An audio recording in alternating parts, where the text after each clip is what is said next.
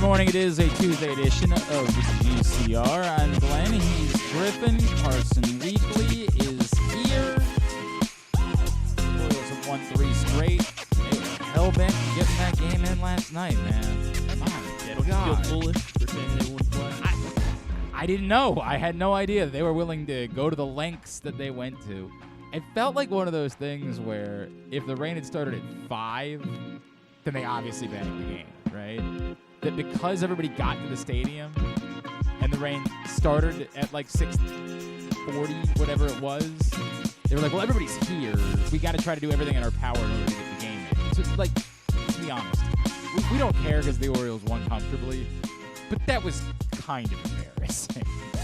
Like the giant pools of water Just right in front of the dugout. that were on the balls are being hit over that way. Guys had to run over that way. What? Who was in center field for the Reds last night? Oh, yeah, Friedel.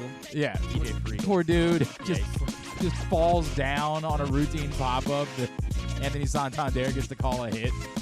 I mean, it was comical. Now, again, the Orioles won, so who gives a rat's ass? And I don't think the Reds could try to sit there and say that the rain is the reason why they lost, although I'm sure they don't feel good about anything that happened last night. But come on, dude. Like, nothing about that was legitimate way that baseball should be played as much as it was, we're here, we're playing this baseball game, come hell or literally high water. We don't care. It was, even the infield was like everything about that game was a mess. The balls that were just dying on the infield grass. Westburg's debut was not a mess. Again, the result of the game was not a mess. The way the game was being played was a mess. But I don't know why, for whatever reason, they were hell-bent on playing the baseball game last night. And They gave a free ticket voucher to everyone that stuck around. okay, I kind of want to know a little bit more about that. I don't want to be critical, but the way that read was they gave it just the people that stuck around, and that's not like anybody who was at that game last night. Okay. Yeah. Should have been offered. Like the idea that, hey, I've got to You go only to have to watch 3 innings, I've got to yeah. go to work tomorrow. I can't wait out this rain delay. I can't do this. I can't let my kids go to bed at 1 a.m. So I've got to leave, and so you miss out. Like I think anybody who had a ticket to that game last night should be rewarded with the same voucher offer, not just the people that stuck it out. We don't live in a world where it's everybody can just be up until midnight to watch baseball on a Monday night. It just doesn't work that way. Some people probably have medical conditions that mean it's not a good idea for them to wait out in, unpleasant conditions, things like that. If you're a diabetic, I'm not, whatever it is. I'm not trying to be critical. I just think that offer should be extended to anyone who was at that game, not just the people that stuck it out, because it wasn't a pleasant night for baseball, and you probably shouldn't have played the game. Again, they won. Who cares? A win's a win's a win. But come on, man. There's a reason why you offered what you offered. Like, it's because it was not a reasonable night to attempt to play baseball. Like, just let everybody have the free ticket. Like, it's a good thing. Thumbs up. Good thing. I just think it should be extended. Yeah, That's all. fair. That's Yeah. all. Seattle kind of like made sense, right? Because they're West Coast, so it was a little more like inclined for us to wait out the delay a couple days ago when that happened. But like, It's also a weekend. I know, but like It's the a drastically Reds different that's circumstance when that's it's a train weekend. ride, man. No. I'm really surprised they played last night. I'm stunned that they played last night. Again, I think it had everything to do with everybody getting to the ballpark. So the Orioles, starting relatively on time. if they had canceled the game ahead of time before any rain had fallen, we would have all made fun of them, right? Because that's what we do. We are lost as a society. We can't say, hey, appreciate you looking out for everybody and not wanting everybody to drive down to the ballpark and going ahead and, bagging the game before anybody ever got there. Instead, we get furious if they do that. It's not even rain. It looks beautiful outside. Now, what are you doing? Because we are so stupid. We are the dumbest people that have ever existed. We got all this technology, and all it's done is proven how stupid we are. That's it. Now, maybe we were always this stupid, and we just had less ways to prove how stupid we were in the past because we didn't have a Twitter. Like, we are the dumbest. This has got to be the dumbest period in the history of civilization. So it's just because the dumbness is all more accessible. You know. Yes, the dumbness. Yes. The dumbness is You everywhere. used to stay all locked up in everyone's heads, but now you can it's out there. You're regurgitate just- that onto something just like Twitter showing and to see it. humanity how stupid you are constantly. So they couldn't bang it ahead of time because then they would have been criticized, right? So now everybody's there, and what are you gonna do? Like cancel the game? Nah, let's just play through the. Dude, it was pouring. It was. Pouring, and they were trying to keep the game going. Like it was a torrential downpour, and they were like, let's see if we can stick it out. Let's just see if maybe we can keep playing this thing. Now, it ended up being that was the inning where the Orioles got 3 straight walks with 2 outs, and I Yeah. believe they were all 3-2 counts, right? Yeah, I think so. Including again, what the Jorge Mateo, who suddenly feels the heat. Like Jordan Westburg, they started telling him, like, hey, dude, we think we may be bringing up Westburg soon. And all of a sudden, Jorge Mateo's like, all right. I'm going to take some pitches. I'm going to be a new man. Guess I gotta get on base now. Right. So Westburg, Mateo, and then who was the third in the 3 straight walks? Was that McKenna, I think? Yeah. Yeah, because McKenna's batting. McKenna was batting after nine. Westburg. Well, so he that was- probably yeah. was. So it was it was Westburg, McKenna, and Mateo.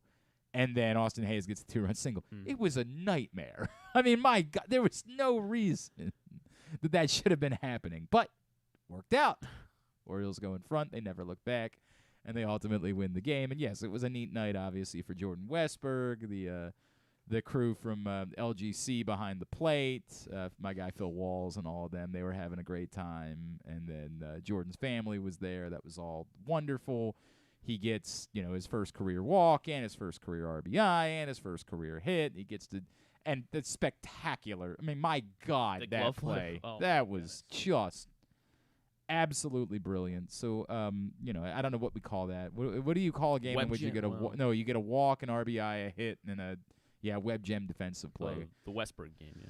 No, we need to come up with there's a more appropriate term for it somewhere. Like in hockey, Right. You have the Gordie Howe hat trick. So you have a hat trick, and then you have the Gordie Howe hat trick with like So it was a walk. a goal, an assist, and a fight is a Gordie Howe hat trick. So a walk, hit, like doing a little bit of everything. Who's the player that most an RBI represents? on a non-hit. Well, yeah. no, it doesn't have to be. I'm just saying you got a game where you have a walk, a hit, an RBI, and a web gem defensive play. Who is the player that we would most associate with doing? Acuna, for me Well, personally. I think, but that doesn't. I think mean, Acuna's too much of a power hitter. I think you'd have to have a home run in there for it to be an Acuna. Okay, Just because hat everybody was trick. already making the comparisons, but Markakis kind of, I don't know. I mean, Markakis didn't make a lot of web gem defensive. Yeah. It almost has to be an infielder. I don't want to say the guy that came to mind at Craig first. Biggio could be Craig Biggio. Yeah, Biggio, I think he'd have to throw a stolen base in for it to be a Biggio. And he tried. Yeah. Westburg sure tried. He was out by a good bit. I think a Biggio hat trick would have to include a stolen base. I don't want to say it, but I think Dustin Pedroia was who came to mind. Yeah. Like that's who came to gritty mind. guy. A slap single Yep. up the middle. A little bit of everything. Like nothing that makes you the greatest player of all time, but just enough of everything. You're always that, in on the play. God, but I don't want to say that, so we have to come up with something better. Come up with something that's not Dustin Pedroia, because I don't ever want to make it a Dustin Pedroia hat trick. I just Troy Tulowitzki. We could say that instead.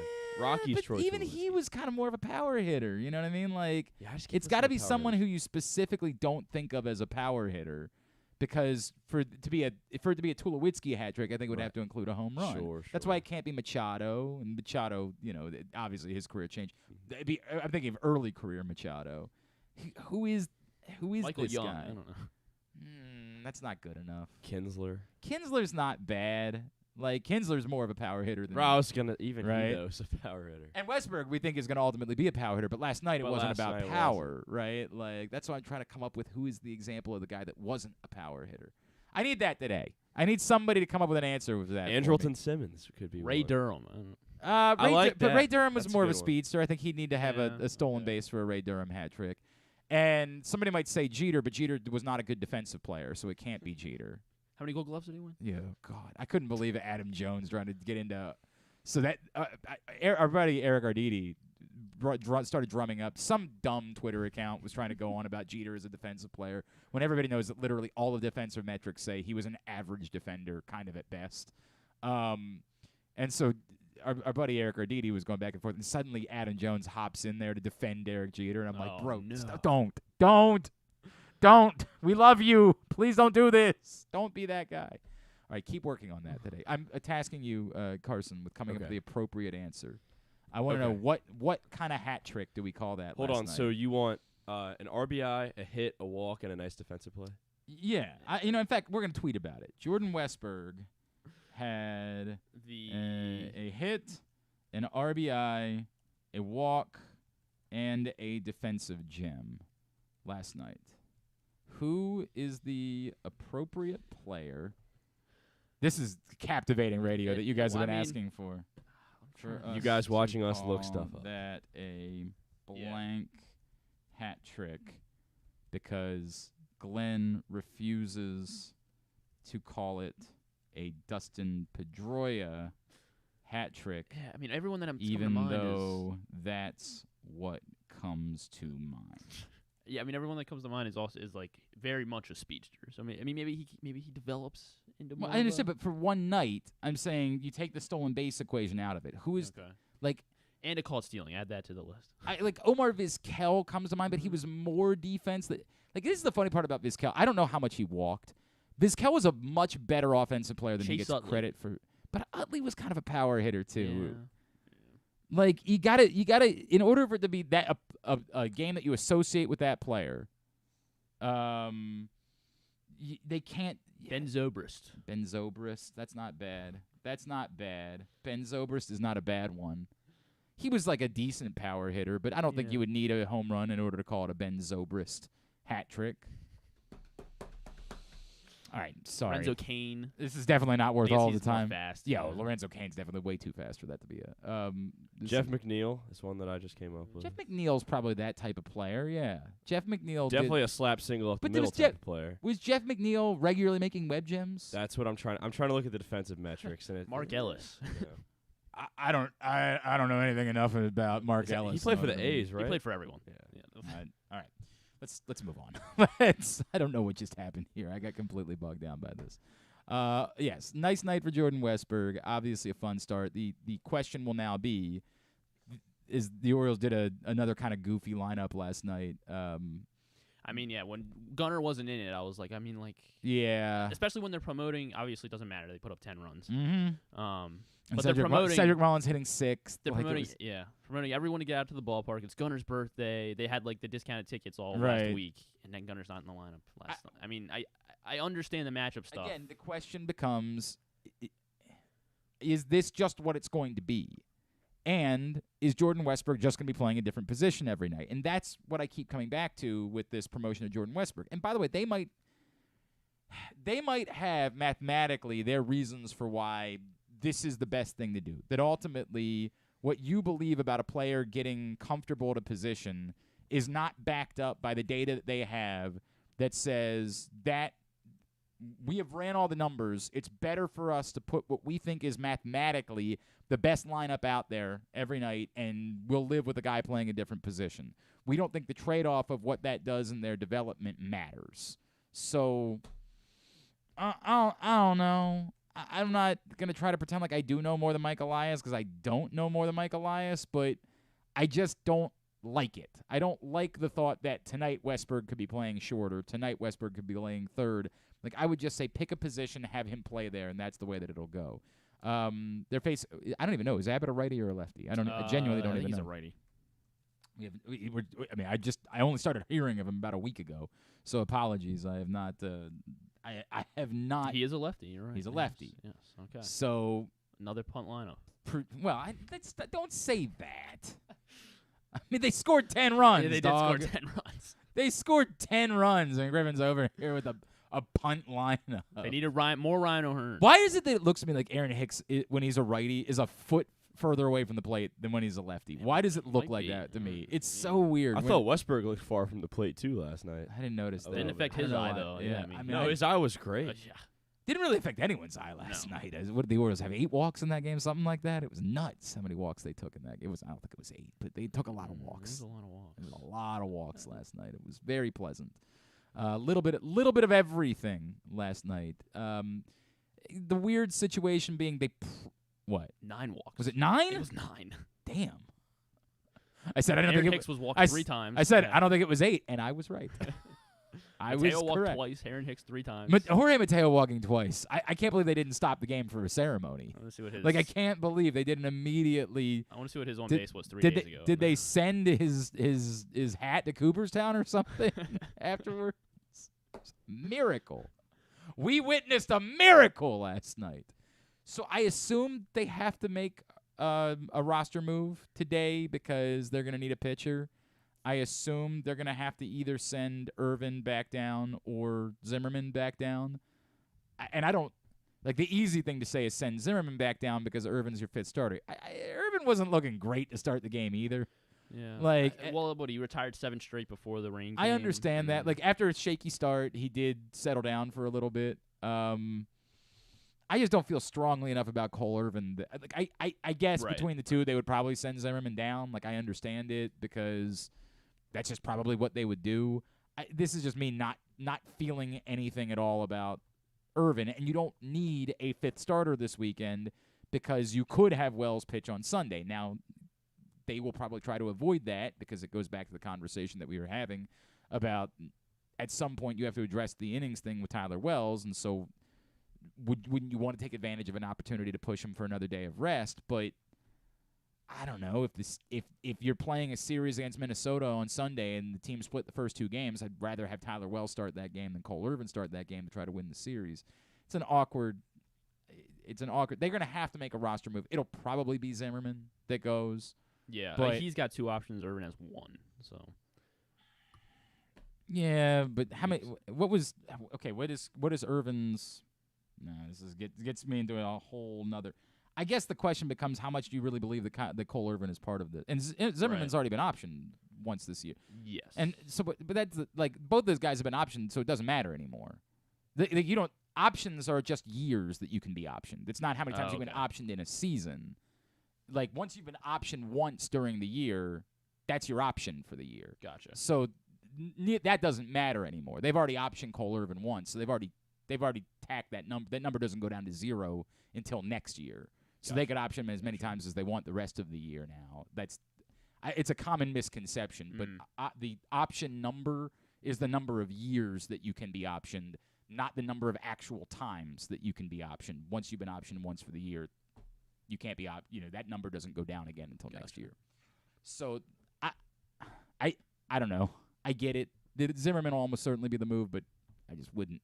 It wouldn't bother your pal GC at all if it was Cole Irvin that got optioned again, because I just don't. I don't. I know Stan loves him, but I have not seen it. There has been nothing there that has made me say that I think that Cole Irvin is really a part of this in any particular way, and there are just other guys that I would rather have be throwing innings at the major league level. Not that I feel strongly about Zimmerman. That's the difficult part of this. It's like I'm not trying to argue for why Bruce Zimmerman should be here. It's just that I wouldn't care if it was Irvin. I don't think that that's the way that it will go. They're obviously they want Irvin to work out because he's under control for 3 more years, and so that's very desirable to them that they would have that much control on Cole Irvin if he can become a legitimate major league pitcher. We are still not certain that day is going to happen. Ultimately, we'll find out. They will almost certainly make that move today in order to get another pitcher here after they had to use. And again, this goes back to the silliness of how desperate they were to play the game last night, that they were only able to get a couple of innings out of Cole Irvin. They had to go to Bruce Zimmerman, and because of that, they are going to have to manipulate the roster. And that's why it was weird to me that they were so hell-bent on playing the game. I also wonder if it had something to do with Westburg. Like, if it... They really wanted... Because they tried to get people to come because they advertised it ahead of time, they tried to get people to come to the game. His family's there, the whole thing. Like, I do wonder if there was an element of that made them more hell-bent about... the LG... What were they called? The LGC, yeah, Phil and those guys. But I don't think you do it for Phil. Like, I love the guy, but I don't think you do it for him. But, like, I don't know if somebody from Jordan Westburg's family was only able to come in for last night and wouldn't have been able to stay for tomorrow. You know, I don't know. But I just wonder if that played a role in why they decided that they were going to stick it out and play in such a weird circumstance. And, again, end up manipulating their bullpen in the process the way that they did. It's, you can do that. And they did, obviously. But it's unfortunate that it would cost you having to make another roster move today and having to go to 3 innings of Zimmerman out of the bullpen last night and now have to make a move because of it today. We'll see what that ends up being. All right, I got 3 guys real quick. Okay. If you want, then we can put this to bed. Okay. Alcides Escobar. Alcides Escobar. Alexi Ramirez. All right. And Brandon Phillips. After I looked at outs above average and and then like walks, and I looked at singles because I was wondering who was hitting singles. Alcides Escobar, and Brandon walks. Phillips, and who was the third? Alexi Ramirez from the White Sox. Alexi Ramirez, jeez. Or I guess like Gordon Beckham too. Then None of those guys. If we're talking White here's Sox the problem with that infielders. list of guys is that none of them sound. It doesn't sound like a sexy. What about Brandon? He was good in the Brandon field. Phillips certainly had his moments. There's no doubt about that. But Alcides Escobar and I was thinking Brandon Phillips too. Yeah. Alcides Escobar did quietly hit like 290 like 3 or 4 years. Like one of those Royals years. Damn it. Yeah, right, exactly. During that time, during those good years for them, he was actually pretty good. Our guy John Miller brought up Pete Rose and Willie Randolph. It's definitely not Ricky Henderson. You can't have a Ricky Henderson hat trick without a stolen base. Come on, guy. I love you. You know that I love you, John. But he can't be a Ricky Henderson. I think hat that was trick. What? Well, I think that when he went Ricky Henderson, then Pete Rose.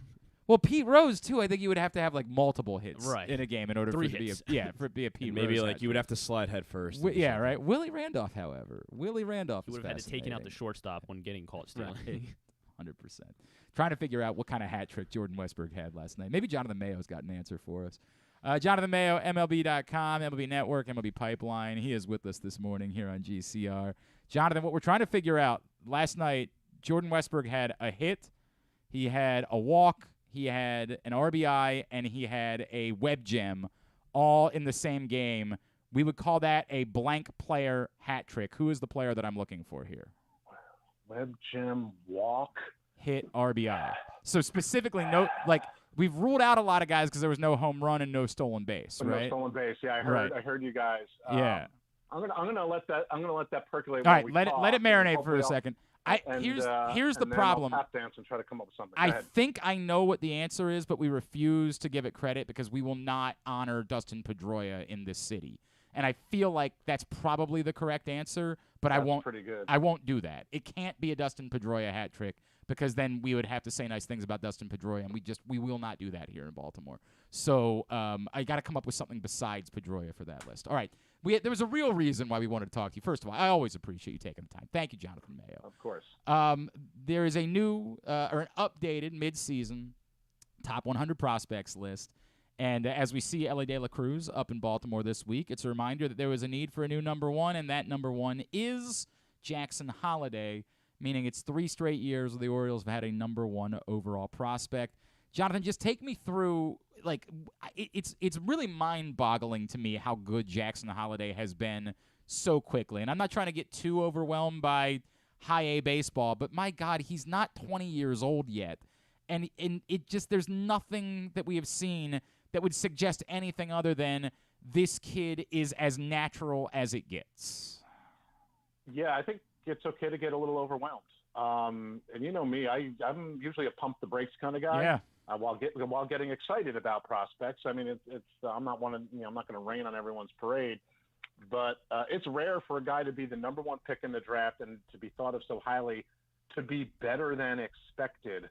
I think given how he sort of made a huge leap forward his senior year of high school and his pro debut last year, I thought he'd have success. And if you had told me that this year he'd play across 2 levels of A-ball, I'd be like, yeah, that sounds good, and puts him on a little bit of a faster track, and all that. But this is absurd, and I think it's getting to the point now where I think the Orioles are going to have to start contemplating him, moving him up to Double-A, maybe after he goes to the Futures game. Mm-hmm. Just tell him don't bother going back to Aberdeen, head to Bowie. I mean, not that they're that far from each other, but I think that's extremely reasonable. And then we're talking about a timeline where you're going to see Jackson Holliday in Baltimore in 2024. It's so funny. Every time I brought that up, and I think you and I might have even talked about it early in the season, I want to say it's crazy to think that way. It's nuts to think that way. But, my God, why wouldn't it be practical to start thinking about Jackson Holliday in Baltimore in 2024? It's not even being that aggressive. And listen, if he doesn't make it up in 2024, so be it. Right. I think you don't let anything get in the way of that happening if he's ready. But knowing also that the Orioles have a lot of infield talent, so there's no need to do it just cause. This isn't the Orioles of a few years ago where you start thinking like maybe we better get this guy up just to build a little excitement, assuming that he's ready. You know, I think Mike Elias and company have had a plan all along, and they didn't really rush people just to make some headlines and put some fans in seats. But that doesn't have to enter the equation in any way, shape, or form. You know, I think there's confidence that some combination of Gunnar Henderson, Jordan Westburg, Connor Norby, Joey Ortiz could certainly handle the infield until Jackson Holliday is ready. But I don't think any of those guys, you know, other than Gunnar, and you know, you move him to third base and it's fine, are going to get in the way of Jackson Holliday making it up to Baltimore. And if he plays the, you know, post All-Star break in Double-A, even if he starts back in Double-A next year, there's no reason to think he's not going to just keep doing what he's doing. It means by second half of 2024, and it's crazy to say that's almost being a little conservative. It's nuts. God, this is nuts. Like I mean, boy, we've seen more aggressive things. To your point, I do wonder if there's a part of this that some of it is maybe we need to line them up with the other, you know, guys that are here just for window purposes. And I'm not to say you force it, but it's ideal that it would work out that he would be here in 2024, because then, you know, you wouldn't have such a disparity between Adley Rutschman's, you know, hopefully they'll sign at some point, but I don't know that I'm betting on it. Gunnar Henderson, now Jordan Westburg, we assume Colton Cowser, maybe even Heston Kjerstad next year, that it's ideal to have the window for all of these guys as close together as possible. Well, I think, you know, that's it's a sign that a farm system is doing what it's supposed to. And yeah, I mean, the Orioles, you know, obviously are winning at the big league level too, but what you want when you're rebuilding is to get to the point where you're building and there's a pool of major league ready talent at the upper levels. And if it's really going well, you have too much talent, because then the competition it forces the best out of the players you have, and it gives you, you know, some trade possibilities. And I think the Orioles are, I don't think they're never going to blow up the farm system, but because of where they are at the big league level, I think they're in a position where they could trade from their depth at the top, because teams that are rebuilding often are happy to bring in guys who are going to help them right away, or at the beginning of next year, say. They can do that without like really sort of stripping the cupboards bare. Let me come back to that in 1 second. We're chatting with Jonathan Mayo here on GCR. I just want to, because I mentioned Elly De La Cruz at the top, but it's important for me to say this. It's not that you guys graduated Elly De La Cruz yet, and is excited. Like, he's panned out. We already see that dude is as special as everybody thought he was. You guys went ahead and put Jackson Holliday over Elly De La Cruz, despite the fact that Elly De La Cruz has already proven to be everything that everyone thought he was. That seems to be even a greater statement about where you guys believe Jackson Holliday is. Yeah, I mean, I think there isn't really very much separating the two of them, and we certainly heard it from some people on Twitter, because, you know, people on Twitter tend to be very nice. No, as you know, it's a wonderful place, not at all a cesspool. Yeah, warm and welcoming. Yeah. And listen, I love Elly De La Cruz, and I have for a long time. I do the Reds Top 30, and he is extremely exciting. I think everything he is doing is absolutely legitimate. It's also 73 at bats, you know, and I mean, the only thing that's ever made us pause about Elly De La Cruz over the last year and a half and change has been, you know, some mild approach questions, a lot of swing and miss. He doesn't draw a lot of walks. That's, you know, there is some of that even in this unbelievably stirring major league debut from him. And then maybe that's the only small, tiny separator. But I think you could line the two of them up in any way, shape, or form. And then Jackson Churio, we have number 3, isn't really all that far behind either. It's considering the amount of graduations we have, that top 3 is really exciting. All right, so let me go back to something you just said a second ago. You were talking about the idea of trading, and obviously it seems you have too much as far as infield prospects are concerned, they can't all find a home in Baltimore.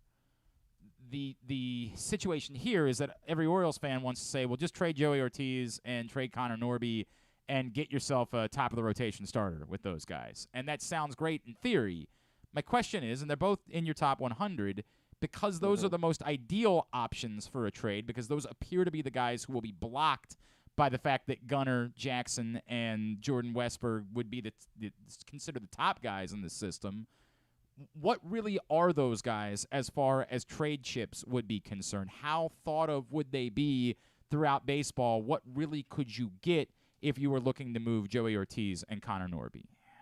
I think they're both very good, and you probably could get something in return like that will help you. I don't know that Joey Ortiz and Connor Norby fetch you a top of the rotation starter. Yeah. And I think Joey Ortiz could probably be an everyday shortstop. I think Connor Norby probably could be an everyday second baseman, or he could play the outfield. The guy who you might have to add in, and I hate to say this because, family, but where's Kobe Mayo? Yeah, I hear you. If you think that eventually he's a first baseman, that's a different story, and he's been playing some first base. He might have a little, even though we have him behind Ortiz and Norby. He's 21 and the upside, and mashing in Double A. There's a little more upside, the power potential at a corner infield spot. You look around baseball, like the futures game rosters came out, and finding first baseman, it's not easy. There aren't it's not a deep position. So if you think he's going to play first, or even if you want him to play third and you find a place for him to go, he might get more back in return, because I think he has the potential to be, like an all-star caliber player. Obviously, we put Ortiz and Norby in the top 100.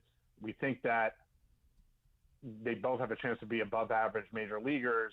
I think we may look back and realize that perhaps, my nephew Kobe should be ahead of Ortiz and Norby. Let me ask it this way. Do you feel like a championship caliber or a championship contending roster, let's say the Orioles remain committed to Anthony Santander. I have no idea where they are with Ryan Mountcastle at this point, and I think most of us are starting to assume there isn't a commitment to Mountcastle.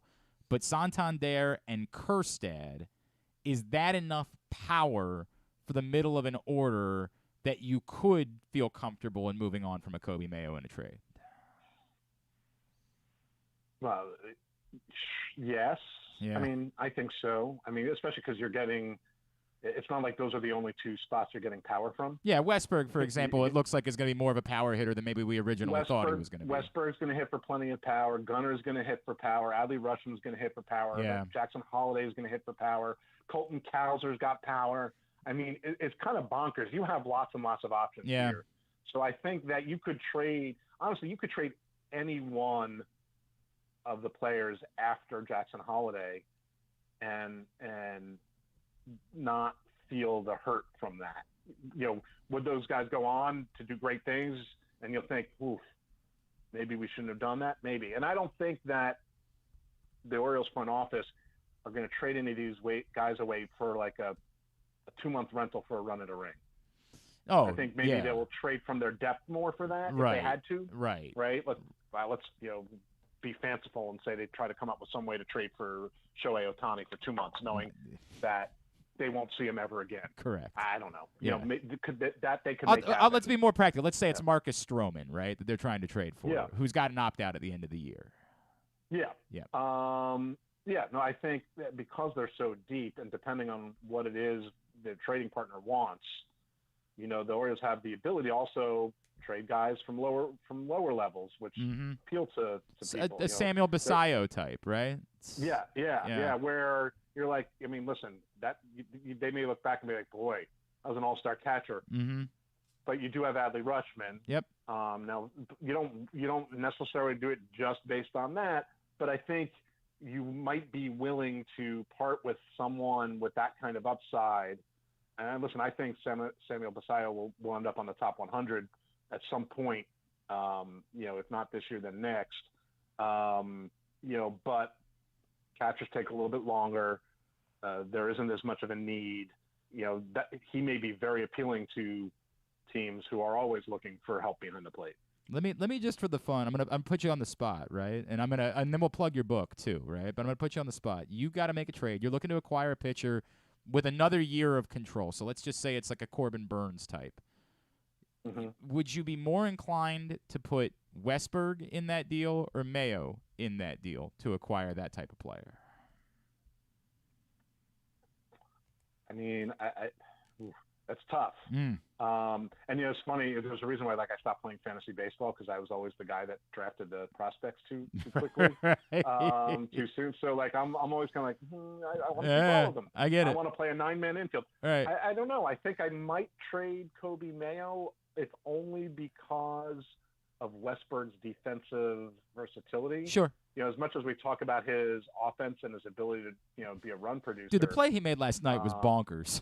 We're all talking about him as a bat. And that's not the first time he's made a play like that. Right. He is capable of playing 3 infield positions well. Not just he's not one of these offensive-minded super utility guys who you don't want him to play every day in one spot because he's okay, but you just want to get the bat in the lineup. He's probably an above average, if not better, defender at second and third, and he can play. And if you needed him to play short every day, he'd be fine there. Oh, and he's also shown that he's athletic enough to play the outfield corners pretty well. So I might use that as a little bit of an edge, even if Kobe Mayo's sort of the power and run production upside is a bit higher. I understand that. It's an interesting thought. Jonathan Mayo is with us. Just 2 more, and then we're going to talk about your book. First, the guy that is not on the top 100 anymore, and I completely understand, is DL Hall. At this point, what in the world do we even make of this? Is so bizarre that they wanted to stretch him out as a starter. Now they're going back to have him deload. I have no clue what to make of what DL Hall is at this point. No, you and me both. I mean, and I think that's sort of to peek behind the curtain a little bit. When we were doing our preseason top 100, our first iteration did not have him on it because for the same issues, I don't know what to do with this. And we had enough feedback from evaluators who said, listen, the stuff, you can't walk away from that stuff from the left side. Listen, I think he's a reliever, and I think that they should I understand the reason to stretch him out. You let him continue to work on all of his stuff because he does have the repertoire, right? I mean, we're talking 4 above average pitches, but at a certain point in time, you just have to say he's not going to find the strike zone consistently enough to be a successful starter. And today's game, you only need a starter maybe to go 5 innings, but even that's been a little difficult. Shorten him up. Maybe he's a multi-inning guy. Those have more and more value where he can come in and just let it fly for 2 innings every few days, every couple days. Maybe he ends up being a closer. I don't know. The stuff is stupid, right? And in shorter stints, we've all seen it'll even take up more, So I think this is a guy who could probably, be up around triple digits consistently in shorter stints with nasty breaking stuff. You know what? The changeup is elite at times, so you don't want to take that away. Let him throw all 4 pitches over 2 innings out of the bullpen, and I think that might have more of an impact. And that, by the way, maybe that's still a top 100 talent. We just haven't tended to put guys who are relievers in the top 100. And his command issues have just made it that have continued this year, made it that it was time for him to remove him from that list. And I'm assuming that Grayson graduated because he pitched enough at the major league level that he had to graduate before he got sent down. Where would he be at this point based on kind of everything, the totality of what we've seen this season? I mean, we had him in the top 10, and I wouldn't knock him down from that just because he struggled in the big leagues. Yeah. I mean, he's still 23. Mm-hmm. I think he's going to figure it out. Maybe we would, knock him down a little bit, but I wouldn't too much. He's already sort of starting to find it in AAA. The command has been a little bit concerning but considering that overall he's been a guy who's been in and around the strike zone, and with his stuff, I think he's going to be just fine. So I don't. Maybe we would ding him a little bit performance-wise if he were still on the list, but what does that mean? Maybe he'd be in the 11 to 15 range. I mean, at worst. That still sounds pretty good to us. We still think that'll work. He's going to be good. Like, you guys have all seen, like, he's not the first talent's guy real, who's highly touted, who struggles his first go-round and then figures it out. All right, so in just 2 weeks, the book will be out, Smart, Wrong, and Lucky, The Origin Stories of Baseball's Unexpected Stars. I need you to let Griffin know how we can get a PDF copy so I can start diving into it, because I really want to, Jonathan. I have to find out if that exists. All right, we'll work on that somehow. On that. But remind everybody what it's all about. Yeah, it's kind of looking at players who were, undervalued or underappreciated as amateurs, and telling their sort of origin stories of how they were discovered and scouted and signed, who then went on to become superstars. I think, Albert Pujols is a chapter in the book, and he's the guy that most people think of. But there's a lot of other great stories from some of the great players in the game: Jacob deGrom, Mookie Betts, a lot of other players, Shane Bieber, who were at varying degrees. Joey Votto's in the book. Varying degrees were not necessarily expected to do what they've done. And, I talk to scouts all the time, day to day, and they are the greatest storytellers. And they love talking about either the guys they missed on, or the guys like this. They'll tell stories about their colleagues who are like, hey, this guy was on Jacob deGrom when he was a light-hitting shortstop at Stetson who barely pitched.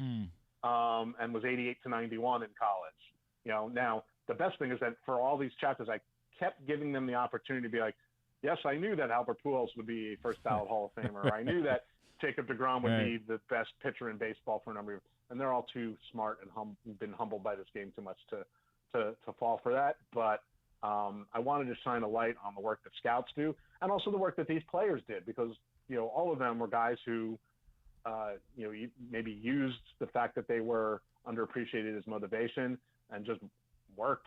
It takes a combination of talent and work, and it's, scouting these guys and getting it right is really, really hard. And these are all instances of when scouts took a chance on a guy and it panned out.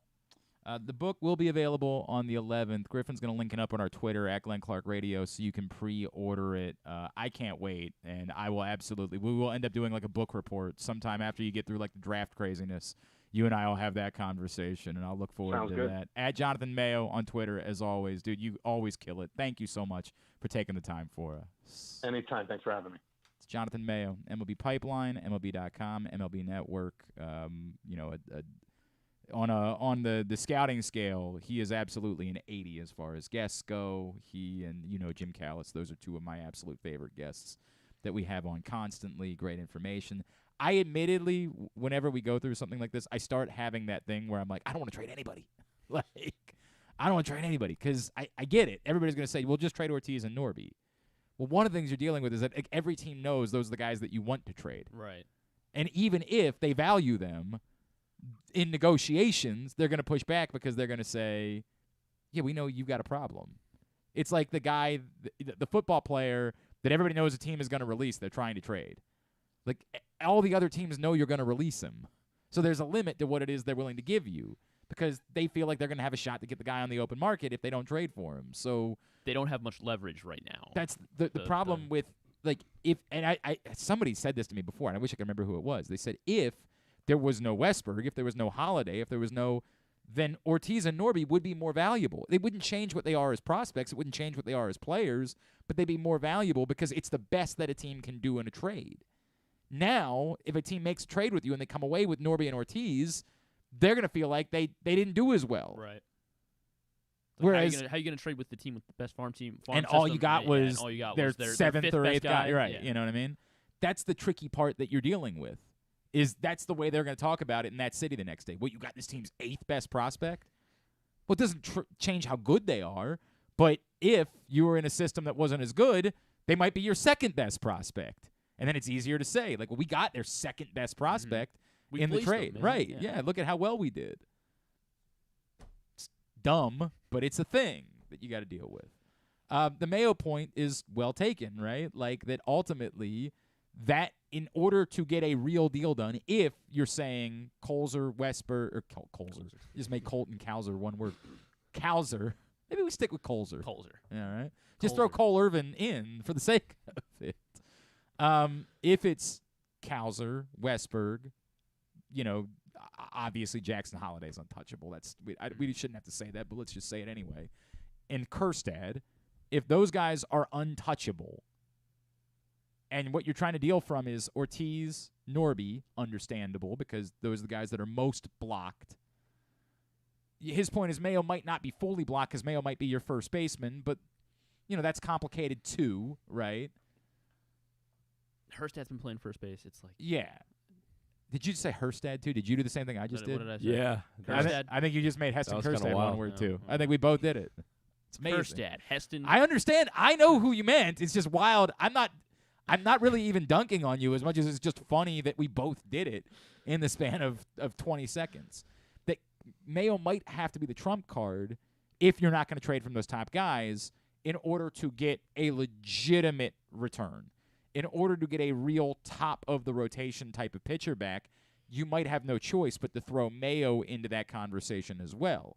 Now, that's a lot, like in totality. And so you would rather just do, like, Mayo by himself, but then you're left with the same problem, which is where are Norby and Ortiz going to play? So, could you make it Mayo and Ortiz, hold on to Norby, and continue to have Norby play other positions and see if you can't find a role for him moving forward? The other side of this is every time we talk about trading away prospects, it's what I talked about with Jeremy yesterday. I need to see your commitment. I will feel better about this. Every time we get rid of a Norby and a Mayo. Well, I need to see that you're willing to spend the money. Because you need to extend a Gunnar. Right. What I'm nervous about is you trade those guys away, you kind of go all in for 1 year, and then it's just 1 year. You don't, let's just say it's Corbin Burns. You don't sign Corbin Burns after that, and then you don't win the World Series next year. You still haven't spent any money, and now you have two fewer prospects with which to extend this window and to keep this thing moving along. Whenever we talk about Basayo seems like an ideal candidate for a trade, right? Like, especially right now because of how well he's been hitting. He's been killing it. And so combine that with the fact that you've got a catcher, a guy that you think is your guy. Basayo seems obvious as a trade candidate. Somebody would make the argument like, hey, in a perfect world, maybe they're both here and they can alternate DH and catching, and you got two all-star catchers. Right? Like, that's a pretty cool thing. It just never works out that way. So Basayo seems like the obvious candidate. The problem being, Basayo is still 19, right? I think he's 18, actually. He's still 18? I thought he had turned 19. I thought he had turned 19. I mean, he might have, but last time the point is he's a teenager. Adley Rutschman's well into his 20s. If you're never going to sign Adley Rutschman and you're just going to move on from him after 5 years, then Basayo would be here at an age even younger than Adley Rutschman was. So I need to know before you think about Basayo as a trade candidate that you're committed to Adley Rutschman, which that price tag, even when he struggled a little bit of late. He had a 1 for 19, I guess, before yesterday. Yeah, correct. But like, even when he struggles, the price tag ain't going down anytime soon. So are you committed to Adley Rutschman? Because if you're not, then I would be less inclined to trade away Basayo. It's part of the issue of not knowing what their financial commitment is at this point. He'll be 19 in August. You're right. He's still 18. So that means that, like, in a reasonable trajectory, he's here when he's 21. Probably. But, I mean, yeah. 22 at the Catchers, latest. and again, when you push forward 3 to 4 years, now you're getting to about the time where you would probably have to start thinking about trading away Adley. Either you better be winning a World Series, or you got to be dude. I don't want to talk about it, but that's the reality of the circumstances. It is exactly where we are with this organization. My point is, like, if we want to talk about Basayo, let's talk about Basayo. I think he could be very valuable as a trade chip, but are you going to keep Adley Rutschman around? Because if you're not, I hate that, But it also means I don't think I want you to trade away Basayo. I don't think you should be trading away Basayo. So you're much more inclined to. I haven't heard you mention any outfield guys. You don't want to touch them. If you want to trade away Judd Fabian or like Beavers or I'm not. But I just don't think those guys have the same value. I think that you can. I think they're maybe a sweetener. That's what I think. What Jonathan Mayo brought up when he said, if you're looking for a rental, you can trade from your depth. Yeah, like Max Wagner and those guys. If you're looking to trade for a rental, a Stroman this year, you're trying to trade from Judd Fabian, Hudson Haskin, Beavers. That group of players is what you're trying to trade from in order to get your rental piece. I'm still not really comfortable yet on the idea of a rental, but as I said, like, it's a sliding scale. If you're not giving up a ton, I'll live with it. And I like those guys, but none of them I feel strongly about. So if it was that group of guys that we're talking about, I would probably live with the idea of trading that away and then hoping that they'd be willing to try to sign Marcus Stroman after that point. But this goes back to the first part of the conversation. We don't know. What is the financial commitment? And I have no clue. Fun, but the Orioles have won 3 in a row, and that's the part that matters. That's the part that matters at this point. Hey, hour number 1 of today's show is brought to you by your local Toyota dealer and buyatoyota.com. The Toyota Tacoma comes in a range of models and trim lines, so you can choose the perfect Tacoma to reflect your unique personality and driving habits. Check out buyatoyota.com for deals on new Tacomas from your local Toyota dealer today. We will talk more about all of this with Keith Law in just a few minutes. From The Athletic, Keith Law wrote about Jordan Westburg. We will check in with him as we continue along here on a Tuesday edition of GCR.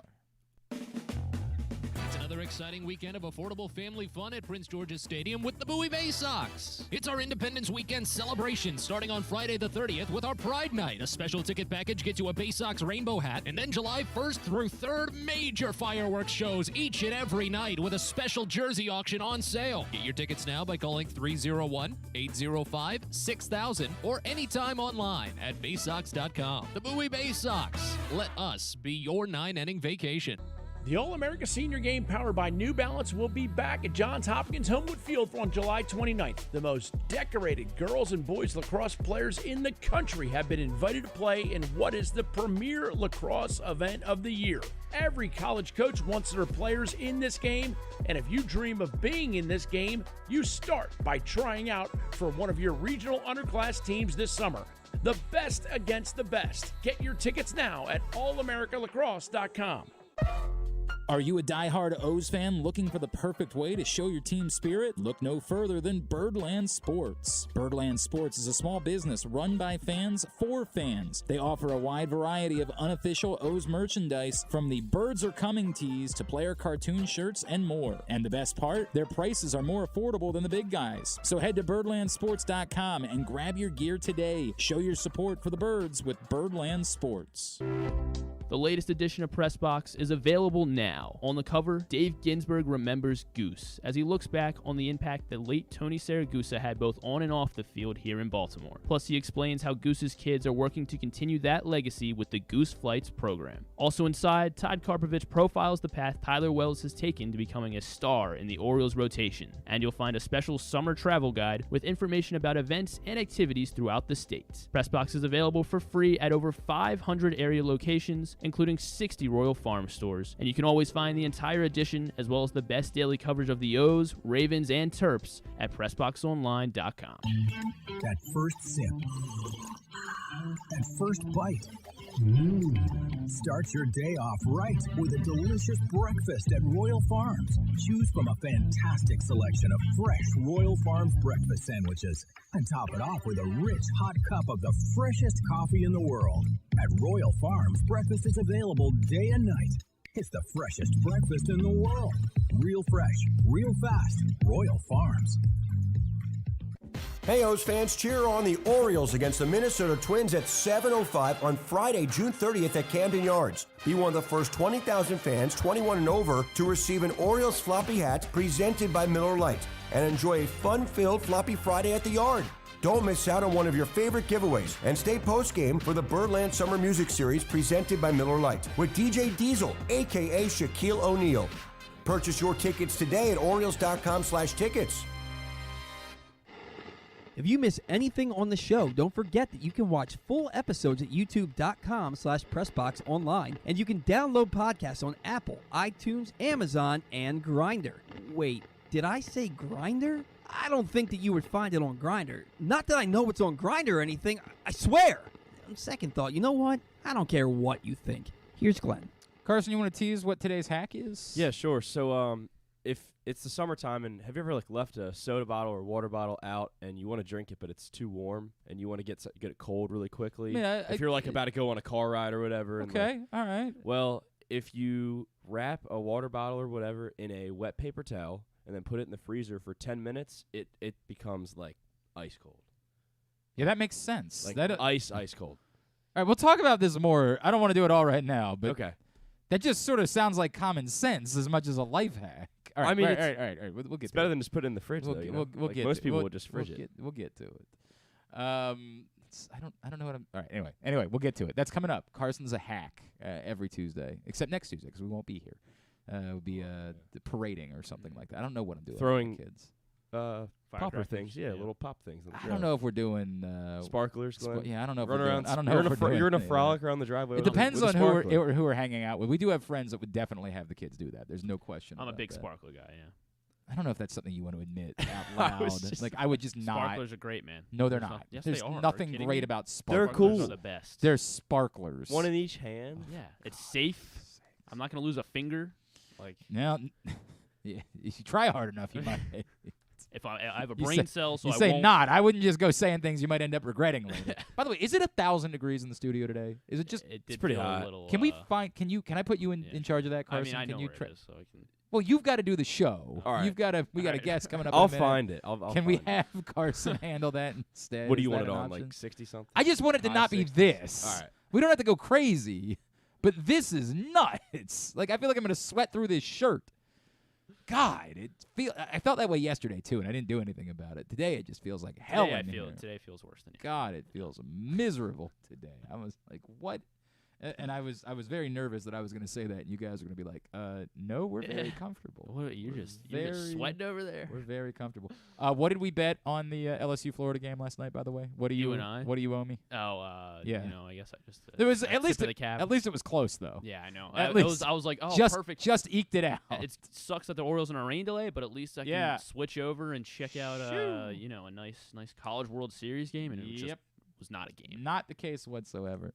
Also, as didn't even get to see Skeens. They didn't even need him. Yeah, they definitely did not need him at Showed all. him going out to the bullpen, and everyone was like, "Oh, this is gonna be sick. He'll close out the game." And again, who is it that we figured out has the number 2 pick in the draft? The Nationals. The Nationals are probably very, very happy that it worked. Well, out I mean, way. unless he goes, I think it's still kind of up in the air. I thought most Cruz. people thought it was pretty set that Cruz was going to go number 1. But I mean, all right. Skeens could be pitching in the major leagues next year. I mean, he's nuts. It's crazy. Congratulations to LSU as they won the College World Series last night. Again, very like we were talking about with the Angels and Rockies this weekend, or the Orioles winning a series where they got outscored by 9. Just baseball's a funny sport, man. You lose a game by 20 runs, then you turn around and you win the College World Series the next night. It is a weird, weird sport. As was mentioned by Jonathan Mayo, Jackson Holliday is indeed headed to the All-Star Futures game, as is Heston Kjerstad. Those are the only Orioles prospects, right, that were announced for the Futures game. I'm going to just make sure that I didn't miss anybody. And I always wonder, if they are cautious about making sure they're not adding anyone that could be on the Major League roster before then. I was going to say maybe that's why Kowser's not on right, because they think he might get called up. I just wanted to... Yeah, I think it is just those 2. That's what I thought. I thought those are the only 2 Orioles that made the list. And that's, again, I can understand the thought process of they don't want to put somebody... The Futures game is not supposed to be for big leaguers. They don't want to put somebody on the Futures game roster and then tomorrow, because then they won't have them for the game. The big league teams are not letting someone go participate in – they're playing games that day. They've moved the Futures game to Saturday now, correct? It's no longer – it was always goofy that they did it on Sunday afternoon when, literally everyone was playing. Everybody in baseball was playing on Sunday afternoon. July 8th, that's a Saturday. Yes. So yes. Now, and I get it. Everybody's playing on Saturday too, but they will be more separated. There'll be games – from 1 to there'll be some teams playing at night, so there'll be more room for fans of at least some teams to watch the Futures game. Whereas they don't play a Sunday night baseball game on the All-Star break, so everybody's playing in the afternoon on Sunday, and they were trying to play the Futures game at the exact same. It was so bizarre. It was one of the most bizarre things that existed. They do it at 9 a.m. baseball. last year? Or They tried to do a Peacock thing, but wasn't last year's All-Star game wasn't on the No, this year it's on the West Coast. Oh, yeah, that's right. Yeah, Where was last year? Was last year L.A.? Yeah, last year was L.A. So they were trying to do a Peacock bit with it, but they had still had to start it at at 1 in the 12, afternoon. Yeah, it was because it was morning there, but it was still right up against all of the baseball games because it was on the West Coast. They're on the West Coast again this year. They're doing it on Saturday. What is it, a Saturday night thing? I'm trying to find that. I don't know why this is so hard to find. All right. This is also showing our wonderful preparation for this topic. We were all over it. The moral of the story being it's on Saturday this year because they're doing the draft on Sunday night. It's at 7 o'clock, by the way. All right. 7 o'clock game. I don't know what time the Orioles play that day. They're on the road. So, yeah, I'll tell you in 2 seconds, and then we'll talk to Keith Law. Orioles, the day before the penultimate day of the first half of the regular season. They are in Minnesota, and they play at 2 o'clock. So look at that. You could watch the Orioles game, and then at night you could watch the Futures game. That would be quite pleasant. PressBox is offering new sports bettors the best sign-up bonuses and promos from the 7 legal online sports books. Go to PressBoxOnline.com/offers right now and get offers like $150 in bonus bets from DraftKings after you place your first $10 bet, or up to $1,250 in bonus bets from Caesars. Time is limited to get the best offers from all of Maryland's sports books, so go right now to PressBoxOnline.com/offers and sign up today. I know this man has been bullish about Jordan Westburg for some time. You, of course, read him at The Athletic. You've read his books. He is Keith Law, and he's back with us now here on GCR. Keith, it's Glenn in Baltimore. It's great to catch up, man. Thank you so much for taking the time for us. Sure. Thanks for having me. We were goofing a little bit earlier in the show. We don't want to call it a Dustin Pedroia hat trick because we don't like giving praise to Dustin Pedroia here. But in his debut, we see a hit, an RBI, a walk, and an absolute web gem. I mean, absurd play behind second base. Is this the story of what Jordan Westburg is capable of being? Like, we didn't even really see the power last night. We know that's come along, that he really is capable of being such a multi-tool player. That's probably an exaggeration. Okay. I mean, he does have power, and he is a multi-position guy who can absolutely handle second base or third base. And I think he can fill in at shortstop on a temporary basis, and that might give them some roster flexibility, which they sort of need. They have a little bit of a surplus in the infield right now. But I think that what he really does give them more than anything is a chance to add some power to a lineup that's a little light on power. If the Orioles have an offensive weakness right now, it's that there's not a lot of power in the lineup. And I think that his call-up, I kind of think his call-up was a bit overdue, especially because they've clung to guys like Jorge Mateo and Ramon Urias way too long. But calling him up does give them a chance to tap into some of that power. And I expect there'll be some ups and downs. He's going to swing and miss a little bit more often, and that's just the trade-off you get. It gives them a different look in the lineup. I think it changes the complexion of the lineup and changes how opposing teams will have to pitch to them. And that alone will be a big help, particularly because, like I said, they can move him back and forth between second and third, and he can always stop at short for a few innings if it's necessary. To your point, we saw him at second last night. They were facing a lefty last night. Like in a perfect world, in a scenario where the Orioles just said, here is a position, it's your position for a little while. Again, assume there's no Gunnar Henderson, there's no Jackson Holliday coming. What would that position be for Jordan Westburg? So I've seen him the most at third base, so I may be a little biased in that direction. I've seen him at the other position. Third base, he looked great. Like, not Gunnar Henderson great. I mean, I think Gunnar Henderson could be Scott Rowland. We're starting to see it. Third base and let him go. Yes, I mean Gunnar Henderson is Gunnar Henderson. That's why he was my number 2 prospect in all of baseball this year. He is on a different level. But in your hypothetical example, I think you just put Westburg at third base and sort of wind him up and let him go. And maybe the first couple of years, it's more like a 250 average, but you get into some of that power with a strikeout rate a little bit higher than what you want, but above average defense. And you hope, 2-3 years down the line, he brings the contact rate up a little bit. The batting average comes up with it, and you get a couple of all-star seasons. So to the point, if it looks like because of what they have, second base is the spot that has the most availability. If they are not, hell bent on we paid $8 million to Adam Frazier, he's got to play a certain number of games. It seems like that's the spot that has the most availability. You still think he can be an above-average second baseman? I do. I've seen enough of Westburg. I'm leaning more on the opinions of other folks, scouts, even some Orioles people who, in my experience, have tended to be pretty balanced in terms of, especially when talking about the defensive capabilities of their own players. I think they have tended to underrate Gunnar Henderson's defensive third. Interesting. Which is not a criticism of them, but it's just I know people outside the organization who think this guy might be a top 3 or 4 defensive third baseman in all of baseball if they just let him play there full time, which is a tough, that's a whole separate digression, but it's a tough call because Gunnar Henderson can also play shortstop. And so where do you put? Do you make him an above-average shortstop, or do you make him an elite defensive third baseman? Nice problem to have. Yes. But in Westburg's case, as long as he doesn't, the only concern I have with putting some of these guys at second, and this is a little bit less so than it used to be, but second basemen do get hurt a little bit more often because of the double play, and obviously you don't have the collisions you used to have. But that is a tougher turn. It is a tougher thing for especially a larger player to do. And it is a minor consideration. It's not a reason to say we're never playing Westburg there. But in your hypothetical example, I'd say just stick him at third, and I think he'd be better there than any of the other positions where he can potentially play. Keith Law is with us here on GCR after Jordan Westburg made his debut last night. Keith, let me try to pose it to you this way, because we all assume that the Orioles need to be in on trying to acquire a top-of-the-rotation pitcher, and it's easy for all Orioles fans to say, well, trade Ortiz and Norby and do that because those guys don't have – there's a limit to the way that everybody values those guys. Is Jordan Westburg more valuable to the Orioles, or is he more valuable as the prize piece that you could use to acquire that pitcher that you need, knowing that you have some other internal options to handle a second base, all of these other positions that we're talking about?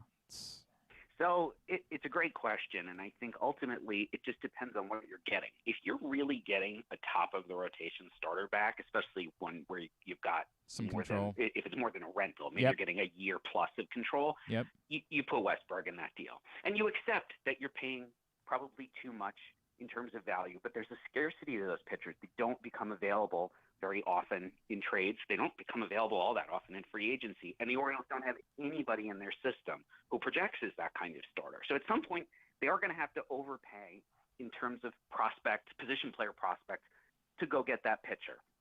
I do wonder, and I don't know, this isn't really my beat. I haven't talked to execs about this, but you mentioned Norby, who's probably an everyday player for a lot of clubs. Joey Ortiz, who's an everyday player, definitely an everyday player for a lot of clubs.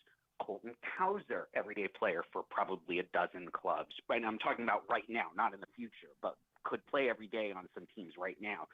Could you package 3 or 4 of those guys together to go get that starter and not have to give up a Westburg or even one of the better prospects who's already in the big leagues? That's a lot of value to give up. Sure. And these guys truly are surplus to the Orioles. And I think that would both make the Major League club much better and be a real validation of a drafting approach that the Orioles have taken a little heat for. They don't draft pitchers. Mike Elias just does not want to draft pitchers with high picks, and the few times that he's tried, it hasn't gone well, so I can't blame him. If he converts a bunch of this position player depth into Major League starting pitching that really helps push this club towards the playoffs, then I do think it's a validation of this draft approach. It just feels like, I bring up, and I'm using this as an example. I know he's had kind of a disappointing year, but Burns is the guy that I've used as the example of the pitcher that you could go try to get. Now, he's at a +4 ERA, but his whip is still pretty good this season. I would have to dive more in. I don't watch every game to figure out exactly what's going on. But would that be, when you talk about a package like that, Cowser plus Norby plus Ortiz, is that too much at that point to be giving up for Keith, I know I'm kind of rambling here. I'm worried about okay, and then I worry about not seeing the flip side of it is we still don't know yet where the Orioles' commitment is financially too, right? I am worried about emptying out a farm system, and you haven't locked up Gunnar Henderson yet. You haven't locked up Adley Rutschman yet. We were talking earlier about Samuel Basayo, the 18-year-old catcher, and I'm like, he seems like an ideal candidate to trade, but if you're not committed to signing Adley Rutschman, then you might need a catcher in 4 years. So I'm confused, and I'm sort of struggling with what the right approach is because of it. Well, at some point, I agree with you philosophically, right? You're going to overpay for one of these starters. If you're going to trade for a starter, and I think they have to. I think that is the culmination of this entire approach to building the roster, building the organization. None of this works if it does not end with, and we trade our position player prospect surplus for pitching. They tried that a little bit with Cole Irvin. I did not like the deal. Darryl Harnais is actually having a great year for Oakland in AA, and Irvin's obviously been a disappointment. But I was fine with the idea. Harnais was never going to play a game for the Orioles. It was impossible. He was blocked 8 ways to Sunday. Great. Trade that guy for pitching. They have other guys who are maybe less blocked, but pretty blocked. You trade those guys to go get pitching, and get pitching that you're going to have for more than just a rental. You can't clutch those prospects, right? The phrase used to hear is prospect huggers. Fans who and sometimes executives who just never wanted to trade any prospect. These guys are all good. I'm not saying a bad word about Ortiz or Norby or Basayo, any of these guys. It's nothing against them. It's just that the Orioles have this surplus, and maybe trading 3 or 4 of those guys for Corbin Burnes is a little too much. You got to strike the right balance, but you will have to accept you're going to give up what feels like too much, because that's just the price to acquire pitching. And it is the choice that the Orioles have made by not trying to draft and develop their own pitching internally. It's fair. No, it's a very fair way of putting it. Like, it's almost like a tax that you have to pay because of that. Yes, that's a good way to put it, right? This is what happens. The market, there's scarcity in the market. It is baseball is not really a truly free market, but sometimes it kind of acts like one. Yeah. And there is such scarcity of high-end pitching. You can always get back-end pitching. High-end starting pitching is expensive. You will have to give up too much. I happen to think Joey Ortiz is the kind of player where if someone just gives him 500 at-bats, he's going to make an all-star team or two at some point. Yeah. He's such a good defender, and he's become a much better hitter. How does this guy ever get playing time with the Orioles? No doubt. It's just impossible to see. Yeah, it would take something catastrophic, right? Like, it would take, obviously. Right, we don't want to talk about that. Correct. Keith, just for the fun of it, would that package that we talked about, would that be the right package to try to use to go get – I know the White Sox say they're not going to do it, but would that be the right package to try to go get a Dylan Cease and say, maybe a guy with just 1 more year of control, it's not worth – but if you can get somebody with 2 more years of control, it's genuinely worth giving up that much for. Yes. I mean, I would have to think the White Sox do that deal. The White Sox are yeah, they're a mess. They are, from a baseball perspective, they're a mess, right? They're not close to contending. We all know they're going to trade Giolito. They're going to have to. They really need to look at trading some other pieces because the farm system is really not in good shape, and it's a whole combination of factors from questionable drafts to just some bad luck too. But they are so far away from contention at this point that they really do need to try to find a way to restock, and trading Cease he might be the best option that they have for doing so, and especially doing so fairly quickly. Because as much as, Giolito is going to be one of the best players available on the trade market, he's a rental. You're not going to get a ton back for him. They'll get something. They should get something. I guess I shouldn't say they will. But it's 2-3 months. You're getting 10 starts plus the playoffs. You're not going to get a 3 or 4 prospect package, but you could for Cease. Yep. And again, I know he hasn't been quite as good this year, but I don't know. There's only so many of those guys out there, right? Like, right. Yeah, right. You're limited. You have to look at losing teams, right? Teams that are in contention are not. They might still make a trade, but they're much, much less motivated, right? And if you look at 8 to 10 teams who are pretty clearly not going to the playoffs this year, how many of them have above average or better starters? Not many, and that's why they are not going to the playoffs this year. Yep. Keith, let me pose it to you this way. We accept that obviously the guys, Gunnar and Adley, of course, are untouchable, right? And Jackson Holliday is obviously untouchable. Is there anyone else? Is there anyone else that you would put into that category of no way I would include them in a trade? They have to be a part of this thing in Baltimore? I don't think so. Okay. I can understand that, right? Like, I think somebody would argue for Colton Cowser, but if you're committed to Cedric Mullins for a little while, I get that we all think that his arm is a bit of an issue, but my God, the range is so crazy. Why are you in a rush to move him out of the center field spot? Oh, did we lose Keith? I just thought he'd given a short answer. I guess we lost Keith. It's all right. If we get him back, that'd be great. If not, life will go on. He's been wonderful with his time for us, so I appreciate that. I don't know what happened there. Keith Law from The Athletic, who was with us this morning, we were chatting with him after Jordan Westburg made his debut last night. And I understand the argument that he's making, that there's no one else that you would say there's no way you put them in a trade. I have kind of moved Cowser into that category myself just because the center field thing is so valuable to me, and I'll pose that. We'll wrap up with Keith that way. As Keith Law from The Athletic has been with us this morning. Keith, the guy that I was going to try to make an argument for, I guess, I know Cedric Mullins' arm is not great, but the range is nuts, and he does everything so well. I think the Orioles should be committed to Mullins for a little while. I would have thought that you could make an argument for Cowser being untouchable because of center field, but I guess if Mullins is going to be here, then even Cowser probably shouldn't be untouchable, right? I don't think Cowser should be untouchable. He's not. I don't think he's a long-term center fielder. Okay. And I still have the same. I think you and I maybe even talked about this last year. I still have real questions about his ability to hit left-handed pitching. He may get there in time, but so far that he's really not made those adjustments that you want to see in AAA. And again, I'm not rushing him out the door. He is not he is still a prospect. He still has real major league value.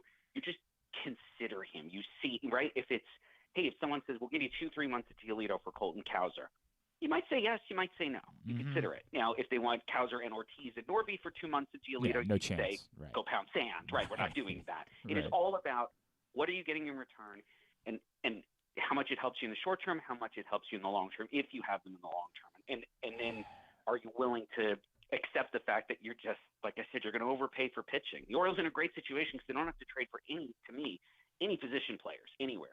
The lineup is set when you also consider what's in AAA and likely to help them. It is just about boosting the pitching staff. That's a pretty good position to be in. There's no doubt about it. Keith, what all can I plug for you, sir? So, it is draft season, of course, and I feel like it's the first time in a while we don't have to talk about the Orioles draft because we can talk about the big league club. It is but wild. I'll have another mock draft up Thursday of this week, and then we'll do one more right before the actual draft. The draft is Sunday, July 9th.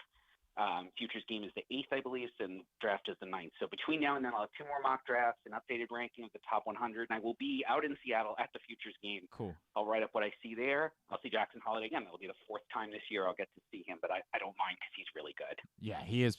He's okay. He's decent. Let me, if I could, real quick, just because of the draft. Is there a college pitcher that could be in the conversation at 17? Everybody I've talked to so far has told me they don't think so. Is there at all? Because it just feels like that would be the most logical thing for the Orioles to be doing at this point. It is. It's a philosophical thing. Everyone thinks the Orioles are taking a position player, and I mean, like other clubs, scouts with other teams, they all keep saying, no, they're going to take a bat, and they might take a high school bat. They've had good success with those guys. There's a couple of really young guys who we know they really like. Arjun Nimmo is a 17-year-old shortstop in Florida who I like quite a bit. I think he would be a great value at that pick.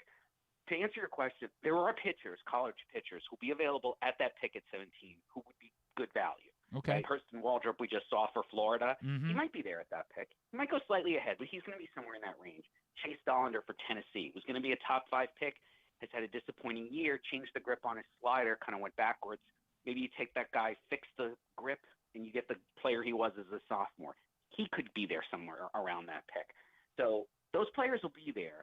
I just don't get any sense at all that the Orioles are willing to go that direction. It's wild. They are not wavering. They're going to keep doing it.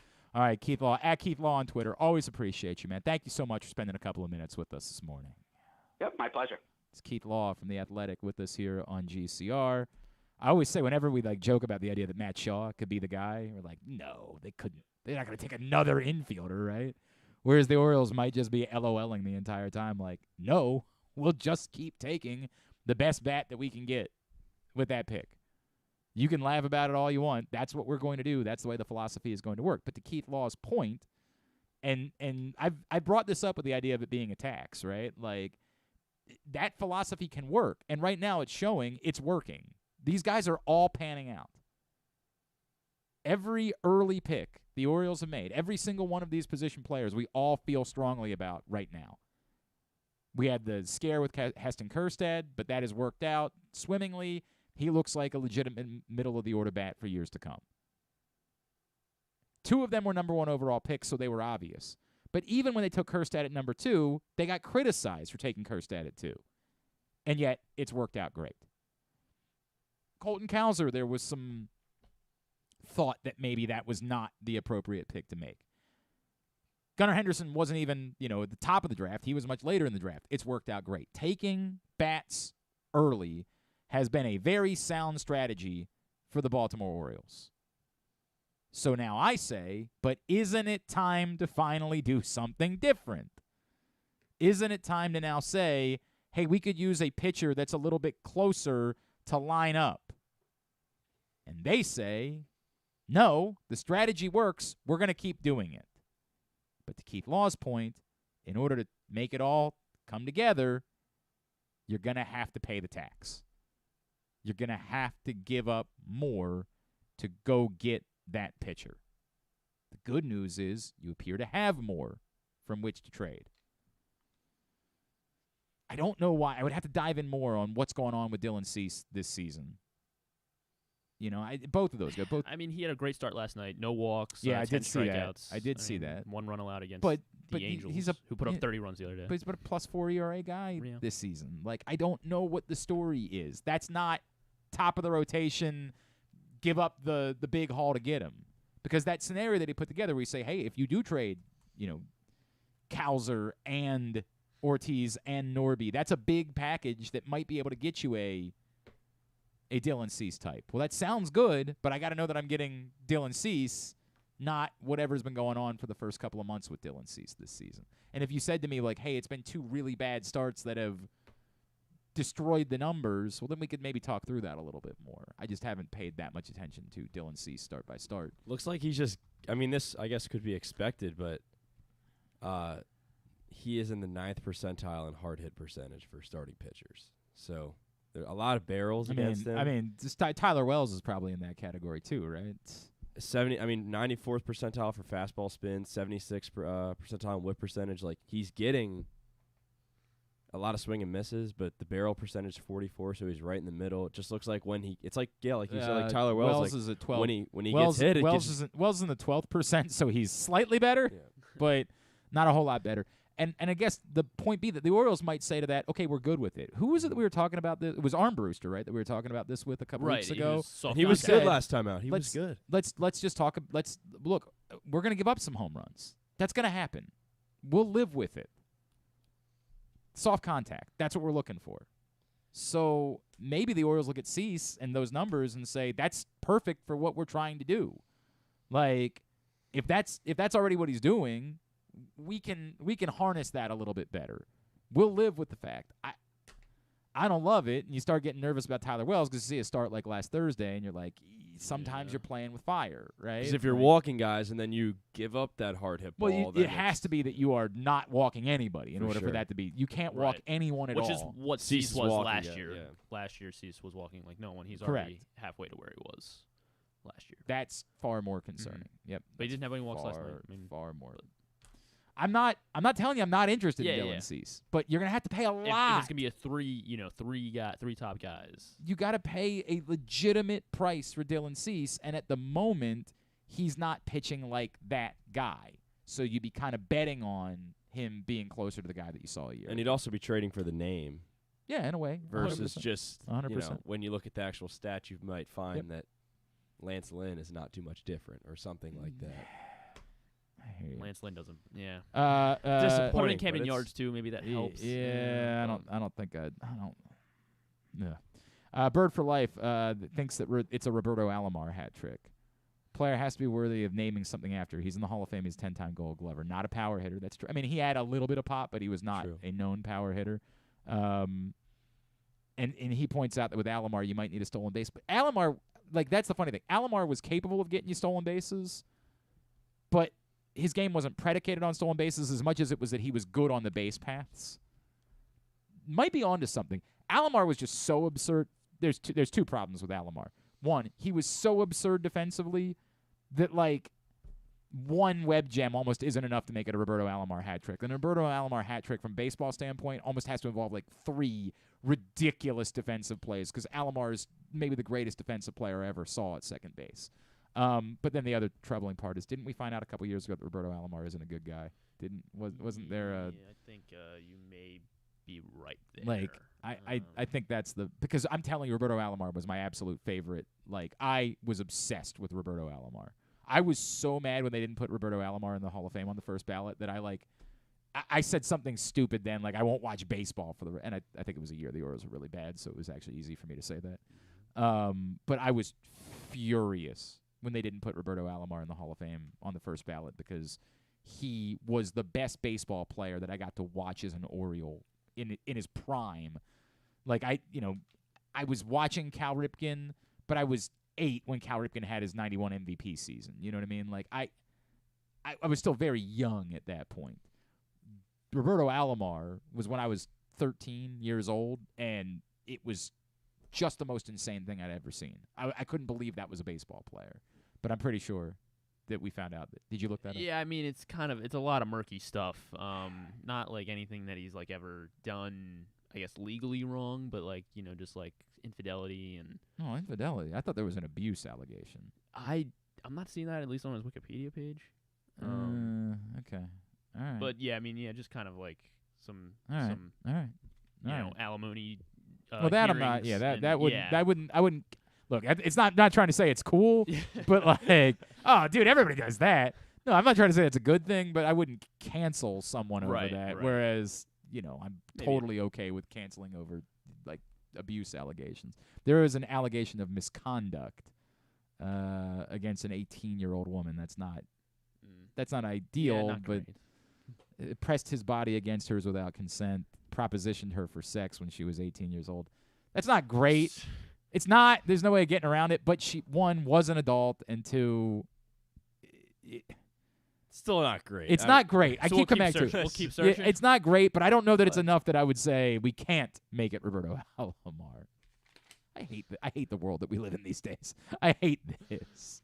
We come back in. Carson's a hack. He's gonna tell us that if you put something in the freezer, it helps keep it cold. Well, I'll show. We're gonna use a scientific method today. I'll show. Oh, hell yeah. Sure. I got breaking news. You want something to be cold? The freezer is the way to do it. It's a hell of an idea you got there. Let's see where it goes. Ingenious. Hold up. Let him cook. Carson's a hack next. Glenn Clark Radio. Hey, O's fans, the Birdland Summer Music Series presented by Miller Lite continues at Oriole Park at Camden Yards on Friday, June 30th with DJ Diesel, a.k.a. Shaquille O'Neal. After the Orioles take on the Minnesota Twins at 7:05, stay postgame to watch DJ Diesel live from the infield. The concert is open to all fans who attend the game, with the option to add special on-field access for just $35. You can get up close and experience the biggest DJ in the world, live at Camden Yards. Get your tickets at Orioles.com/music. Your summer destination is closer than you think at Live Casino and Hotel Maryland. With an expansive gaming floor and incredible dining options ready for you to explore, your adventure awaits. Dine at the new Coho Korean Barbecue House coming in July or on the patio at the Prime Rib. Enjoy the summertime breeze at Orchid Smoking Patio. Limited time packages starting at $229. What are you waiting for? Book now at Arundel Mills. Must be 21. Please play responsibly. For help, visit mdgamblinghelp.org or call 1-800-GAMBLER.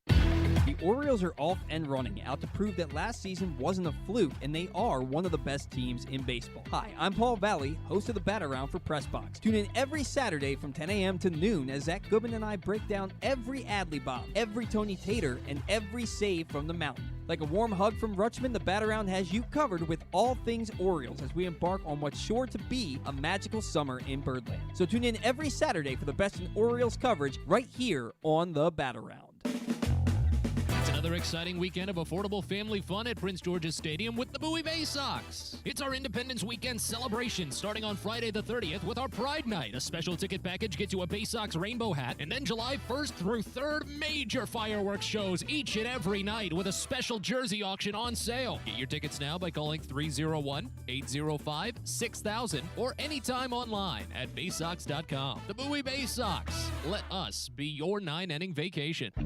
Whether your focus is luxury and comfort, convenience and technologically advanced connectivity, or sporty performance and aggressive styling, we've got the perfect Highlander for you. Check out buyatoyota.com for deals on new Highlanders from your local Toyota dealer today. Costas Inn has been serving up delicious steamed crabs for over 50 years. Lately, the crabs you want to eat when the weather warms up have gotten harder and harder to get. So get your crab eating game plan in place. Make sure to stick this number on your fridge, 410-477-1975.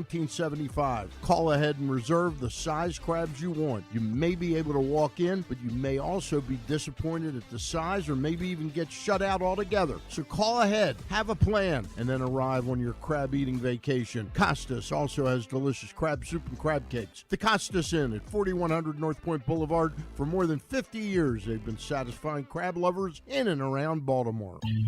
That first sip. That first bite. Start your day off right with a delicious breakfast at Royal Farms. Choose from a fantastic selection of fresh Royal Farms breakfast sandwiches and top it off with a rich hot cup of the freshest coffee in the world. At Royal Farms, breakfast is available day and night. It's the freshest breakfast in the world. Real fresh, real fast. Royal Farms. If you need more of Glenn, you can also hear him every Sunday with Rita on 105.7 The Fan. But also, if you need more of Glenn, what's wrong with you? All right, back in here on GCR. It is that time. Carson is a Hack. Carson's a Hack is brought to you by the print issue of Press Box, which is available right now for free at your neighborhood Royal Farms and at those hundreds of locations around town where you find Press Box. Very special issue for us, celebrating the life and legacy of Tony Siragusa, who we lost 1 year ago, with a great cover story from Dave Ginsburg about how Goose's family is working to keep his legacy alive. Encourage you to go pick it up. If I were you, maybe go get it quickly, because I hear this one has been flying off of stands. So go get it right now, the print issue of Press Box. You can, as always, read it at PressBoxOnline.com. So Carson... we said sometimes things I don't find to be like actual life hacks. I'm like, I have an imaging. Do you want to? Oh, you got imaging for this? Oh, what a day! I love this. He's a hack, man. Yeah, he's hacking life. It's Carson is a hack. Okay. All right. Perfect. All right. That's not bad. I feel like it summarizes, It's not bad. what the segment is. Not bad. So sometimes, like, we talk about something, I'm not really sure that's a life hack as much as it's just a different way you could do something. Sometimes it seems like it's more work. Like the thing with the shirts. I was like, what the hell? Oh, that's not a hack. It's doing extra work. So Carson's like, all right, I'm going to come up with a life hack. Here's what I got for you. All right? If you want to get wet, jump in the shower. Oh. It's like, that works. Well, wait a second. That's how you get wet. I am so confused by what you're telling us here. How this is a hack. So you want something to be cold, you put it in the freezer. Right, but if you only have, say you've got like a short amount of time, so right? Confused. Yeah. Okay. If you want it to get cold faster, paint the picture. So all right, paint it. I got this bottle of water. This thing's like room temperature. Yes. I don't like. Who likes drinking room temperature drinks? In the summer, you're outside. You want a nice cold water. And I've got this case of water sitting on my floor in my kitchen or on the counter or whatever. And I'm like, oh shoot. What I would do is I would put some of them in the refrigerator. Well, there's my life hack. What if I forgot? Right? Yeah. Okay. I'm like, shoot, I gotta leave in 10 minutes. So this is a life hack for idiots, is what you're saying. Now I'm good with that.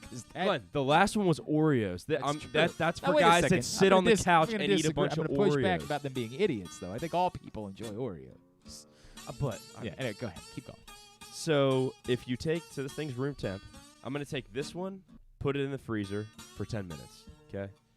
I'm going to take this one, wrap it in a wet paper towel, and put it in the freezer for 10 minutes. This one's going to come out much colder than this one. So it's a way to cool a drink faster. It also works with... But they're not going to freeze because it's only 10 minutes. Only 10 minutes. So it's like... on the way out the door... It could work on a beer, too. Like, say, if you're by a warm case of beer, and you're like, dang, like, we got to leave and go to this is where lake you're or looking whatever. for a road soda. Let's wrap these things up in, if you wrap them in wet paper towels, they cool off faster so you can get out to the yard and play cornhole or whatever. Or, soda, like... Here's what I'm skeptical on. It's a quick cool. Here's what my skepticism is. My skepticism is that the one that's been in the freezer for 10 minutes won't be plenty cold without the towel. I'm skeptical that you need the towel. Like, and again, okay, that's again, fair. 10 minutes. If you're on the way out the door, who has 10 minutes? Well, what if you need? We're something creating a cool, really quick? specific circumstance by which this is necessary. So you're Or if I'm like, okay, so do you have the towel ready? The towels are in there. The towels are in there. Yeah. So we're just trusting that you're not manipulating these in any way. I was gonna bring them back in. Well, to afterward. show. Oh, yeah. yeah. Well, I was gonna show this is what it looks like with the towel. All right. Unless you don't want me to just a No. water bottle wrapped in a paper towel. All right, go ahead. Come on, let's move. All right. What do you? I'm not feeling. He can't hear us now. He took his headphones off. Yeah, I can still hear you. No, he can't. He can't. He's dead to us You're now. not feeling it. What is this? The one with the little messed up wrapping is gonna be the one that's. If it works. But what is the circumstance by which the beer thing? I think that's. I think the beer. But you have exactly 10 minutes before you leave, and you're looking for a road soda. Maybe. First of all, we shouldn't be doing road sodas. Yeah, we're not doing road. I just had breakfast with our friend Corporal Robbie Wright this morning. We're talking about. Let's make this abundantly clear. We're not encouraging road sodas. Go start the thing. But the beers is like say the crabs just got there. We there. got a guest to talk to in a few minutes, so this is actually gonna be a problem. Should we have him wait and do it when we come back here, Carson? Come back, Carson. Come back. Come back.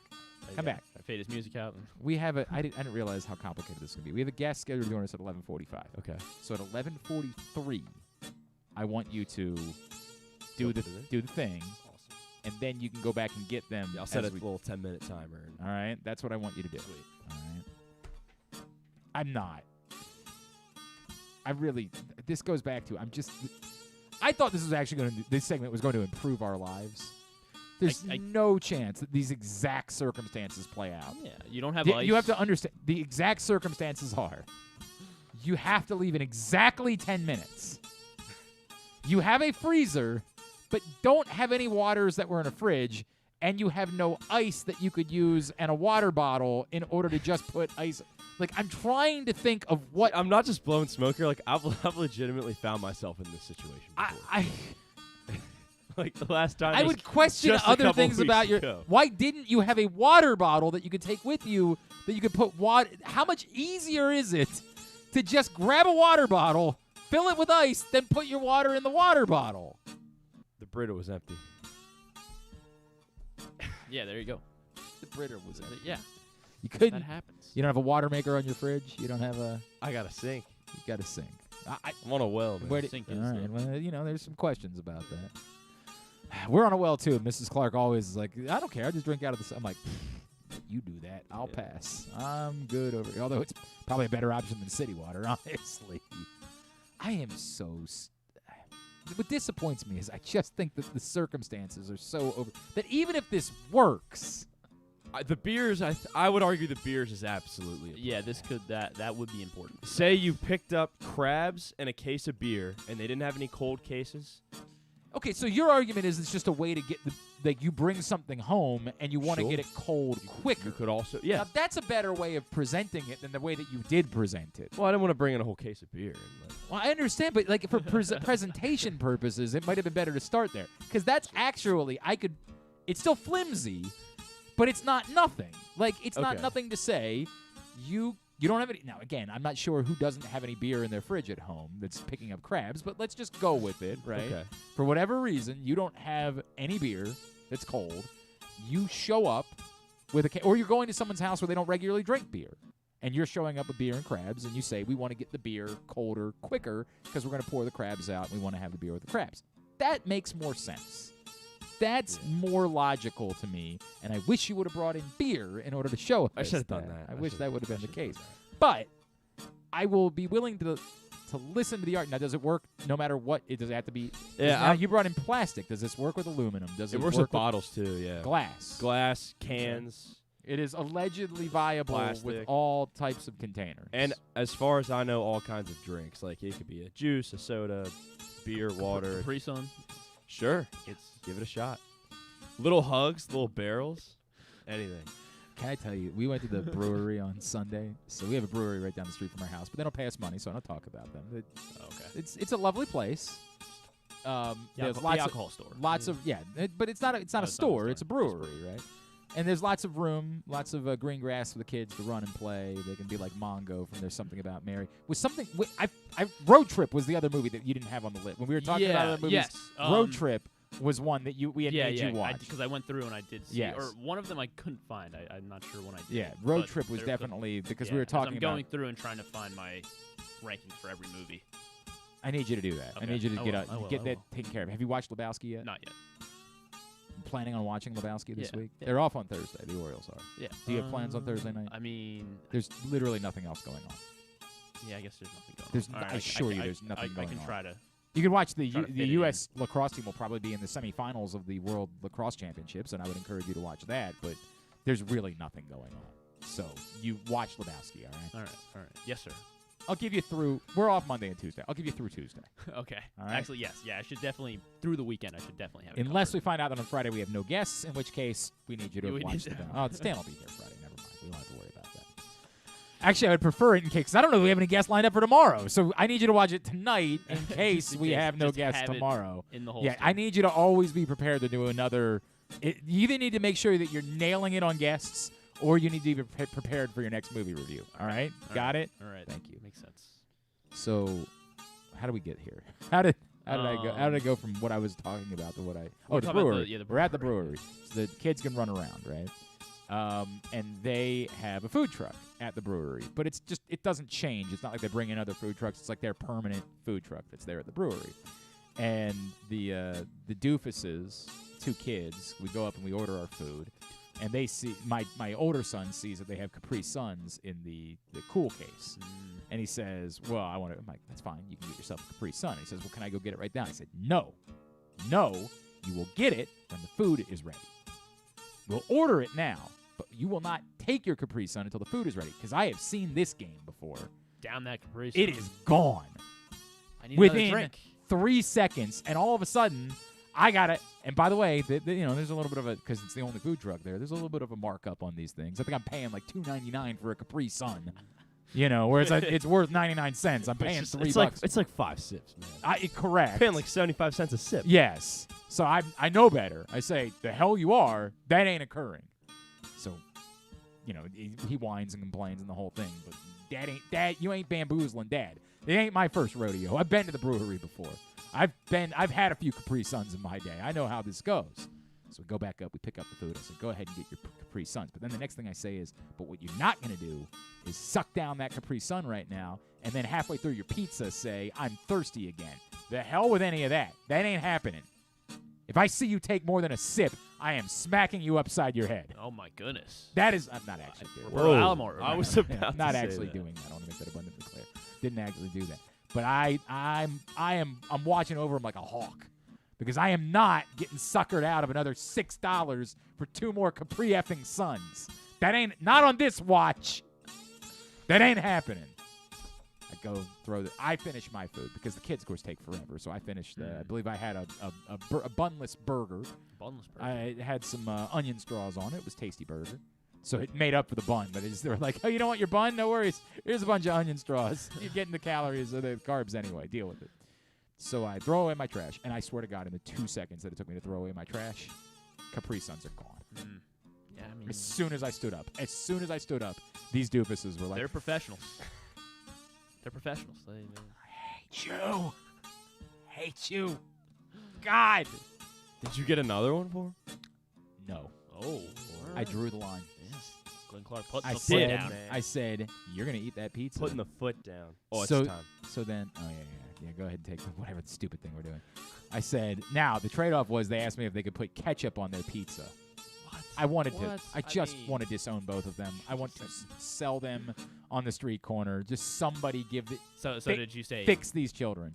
No, because if it was between ketchup, which is free. So you said and Capri Suns. I said, and did they eat the pizza with ketchup? Oh yeah, and I'm like ashamed. Oh, they like anything with ketchup on it. They're 6 and 8. They're idiots. They don't understand how the world works. I got a brother-in-law who still puts ketchup on everything. I love him. I love him, but I'm not proud of it. Like I'm not. I'm like, God, Joe, God damn it. We had a salesperson at the old radio station that doesn't exist anymore. We would be out on like a real meeting with real clients, and we'd be at like a real place for lunch, and he'd be like, "Can I have the chicken fingers? I just want to jump in." How have you ever closed a deal? How has anyone ever said, "I want to do business with that guy"? Chicken fingers. I want some chicken fingers and tater tots. We're out at like Ruth's Chris. Well, he's making a financial decision. Maybe that's what that shows. No. I'm It not shows buying the that he's- $25 steak. It shows that he's 6. I'll take the $10. That's what it shows. All right, so he's doing that. We're gonna talk. We're gonna go out to Frederick here for a second because there's a new name for the minor league baseball team in Frederick, and we're gonna find out all about that here before we wrap up on GCR, and then we're gonna let Carson show us whether this what bang. You heard a bang? Yeah, I don't know what. Oh, maybe you dropped the water bottle. That's Did something go wrong?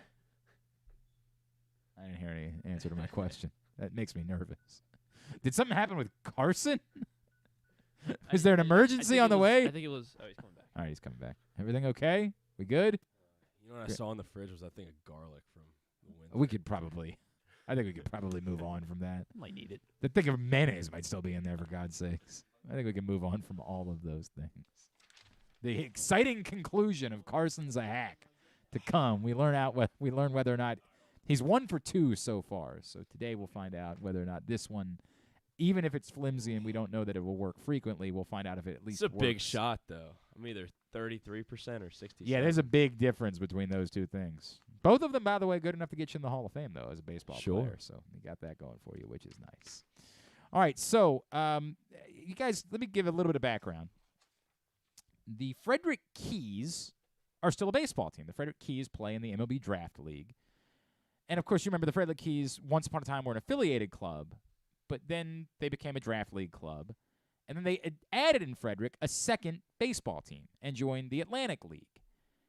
And to start the season, that team basically had no name. Now they have a name, and it is wild, Jack. Joining us now, he is the director of marketing for the Spire City Ghost Hounds. He is Brandon McGee, and he's with us this morning here on GCR. Brandon, it's Glenn. It's great to chat with you, man. Thank you for taking the time for us. Yeah, thank you for having me on. All right. Good morning to you. So, Spire City Ghost Hounds. I need the entire story. It's exciting, isn't it? Yeah. So this journey began in January with a name the team promotion where we saw over 1,500 names submitted by our community and fans in the area. And then we moved to a fan vote portion of that and got over 4,000 votes to kind of use as a part of the criteria for coming up with a new team name. So we had all 5 name finalists. We narrowed down to 5. The vote was between Bone Shakers, Ghost Hounds, Rail Frogs, Sawbones, and Screaming Alpacas. So all great minor league team names. So I think we would have, I don't know, pun intended, hit a home run with any of them. Oh, Brandon, I gotta be honest with you though. Screaming Alpacas. I love Ghost Hounds. I want that to be known. I love the name, but God, it had to be a little bit difficult to not commit to Screaming Alpacas, right? It did, and see, there was a groundswell. It almost worked in our favor. I think there was a local contingency that was pushing for Screaming Alpacas, so it kind of became a distraction and allowed us to kind of, not have to worry about the name getting out before the night. That's a because good point. So many people thought it was doing Screaming Alpacas, so I think that kind of helped us out. And in our back pocket, we have all those other alternative names for What If Nights in the future. So we can do the What If Night promotion. And, I do what like if we that. were the Screaming Alpacas. So you think there could be in the coming years a night where there is a Frederick Screaming Alpacas on the baseball field? Oh, absolutely. That was part of the whole naming process and whittling it down is that when we narrowed down to the final 5, we kept in mind that, okay, what kind of promotions would we want to run with each one of these teams, and then which teams would be great for What If Nights in the future. All right, so is Ghost Hounds just silly, or is there some story? Some way that there's a connection. There is a connection. So Travis Tomlin, who actually submitted that name, his story was so Frederick has a lot of folklore and ghost and paranormal story ties. And he found a legend of a blue or black hound that comes to roam Frederick and disappears as quickly as it's seen. Okay. So, and we kind of ran with that story, having the our ballpark is very unique. Nimio Field at Harry Grove Stadium is right across the street from Mount Olivet Cemetery, where Francis Scott Key is laid to rest. Yeah. Hence the name Frederick Keys. So we still have that tie with the other team. We're kind of thinking of how do we bring that tie together and take it in a different direction. Okay, that's pretty cool, actually, now that I know that. That's a pretty cool way of doing it. Brandon McGee, the marketing director for the Spire City Ghost Hounds, is with us here on GCR. I got to be honest with you. I've been to Frederick plenty of times in my life. I did not know Spire City was a thing. Can you tell me a little bit about that? Yeah, so during the naming process, there's many things synonymous with Frederick, but none more so than the clustered spires. Made famous in the Barber Frickery poem by John Greenleaf Whittier. So those lines of, that poem open up with setting the scene of what downtown Frederick is, and it's a bunch of clustered spires from different churches. So a lot of people submitted the name Frederick Spires. Obviously cluster spires already exist. The spires exist in a lot of forms. So we kind of took a play on words. We're known as the city of cluster spires. So we kind of took it one step further and made it Spire City. Kind of pay homage to that, cluster spire history of the downtown skyline and the groundswell of people that thought the team should be named Frederick Spires. That's nice. I love that. That's great, man. That's well done. But was the goal of this that you guys wanted it to be kind of like, was there ever a world in which you would have been like, we could be the Frederick Bears? Or was the purpose of this, like, we need it to be something that gets everybody talking because, you are still trying to introduce the league, the concept of the community, and so you wanted it to be a conversation starter? Yeah, absolutely. That's, with most rebrands or name promotions in minor league baseball, I think when you're at the point you're doing that, you're trying to come up with a name that's so unique that gets people to talk about it. And I think the big surprise we kept in our back pocket is, no one ever asked us through the whole process, is it going to be Frederick Ghost Hounds, Frederick Bones, Sawbones, Frederick Bone Shakers? So I think there was kind of two surprises. First, the Ghost Hounds, which is a great name.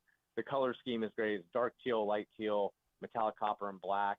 And then we, on top of it, had the second surprise of the Spire City, because people in Frederick know about cluster spires, but a lot of people don't, that Spire City thing just has such a ring to it and such a, tonality, and kind of, it fits the brand exactly the way we wanted to. So I think the two surprises, it definitely has a buzz. People are talking about it. We're getting lots of media attention, lots of activity on social media from all the fans that were engaged in the process, and feedback from fans who were not engaged in the process. So it's been great overall. That's awesome, man. That's awesome. So for people that don't know about the team, about the league, we mentioned that, I was on the radio show a couple weeks ago. At Jimmy Paredes on. Like, there are some known names. Yeah. Tell everybody about the team and being a part of the Atlantic League. Yeah, the Atlantic League is now celebrating its 25th anniversary. So it's been around for a long time. It is Major League Baseball's first partnership league. So a lot of these new rules, the large bases, the pitch clock, a lot of that stuff was piloted in the Atlantic League as part of their partnership with Major League Baseball. So we partnership with them to kind of help them with rule development. But then the beauty of it is the Atlantic League is a second chance league. So we have a lot of guys who have played Major League Baseball. Starlin Castro, who was the 4-time All-Stars on our team. Yep. We have Jimmy Paredes, who played with the Orioles. We have Rowdy Reed, who was on the World Series team with the Nationals. We have such great names and great players. And the level of baseball is beyond any level we've had in Frederick. So it's probably like AA and a half, if I had to say, on that, A, AA, AAA, where it is.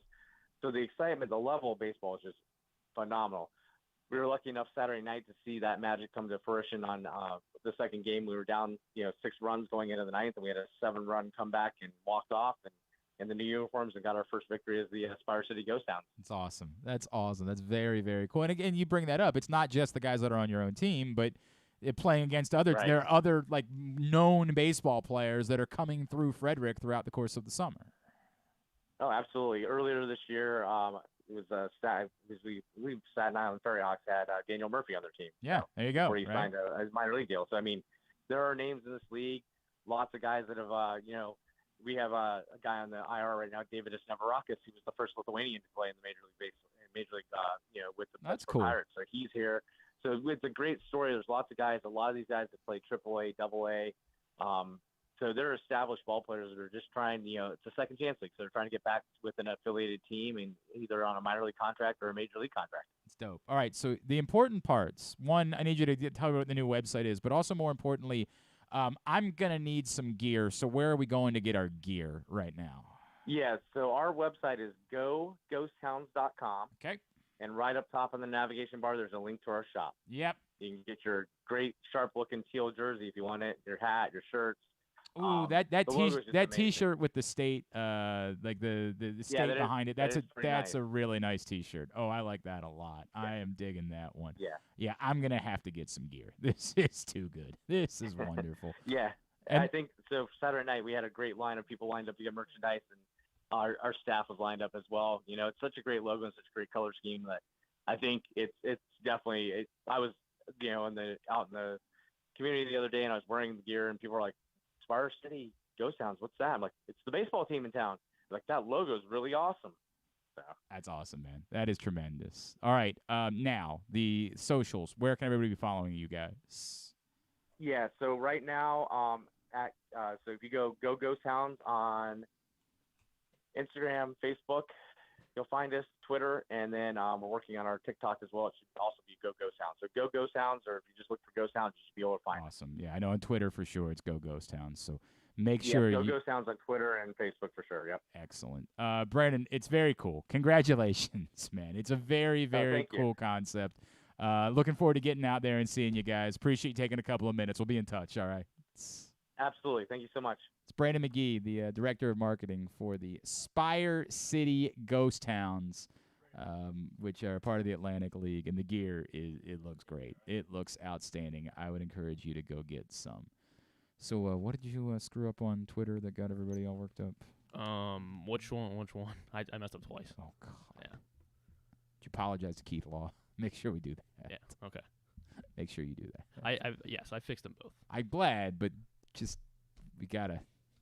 What did you say? I said other teams think the Orioles are taking a pitcher. It's definitely not what he said. Definitely just not. a bad typo there. Just definitely not what he said. And what else did you screw up? Oh, and then I called them formerly the Frederick Keys. They're not. The Frederick Keys are still around. Completely different thing. Completely different club. Well, other than all that, fixed. All good now. Other than everything, nailed it. You prepared to pay a penalty? What are you prepared to do here? Yeah, I'm sorry to everyone involved and. But I feel like maybe. Oh, you know what? A bean. Oh, where are the beans? They're right here.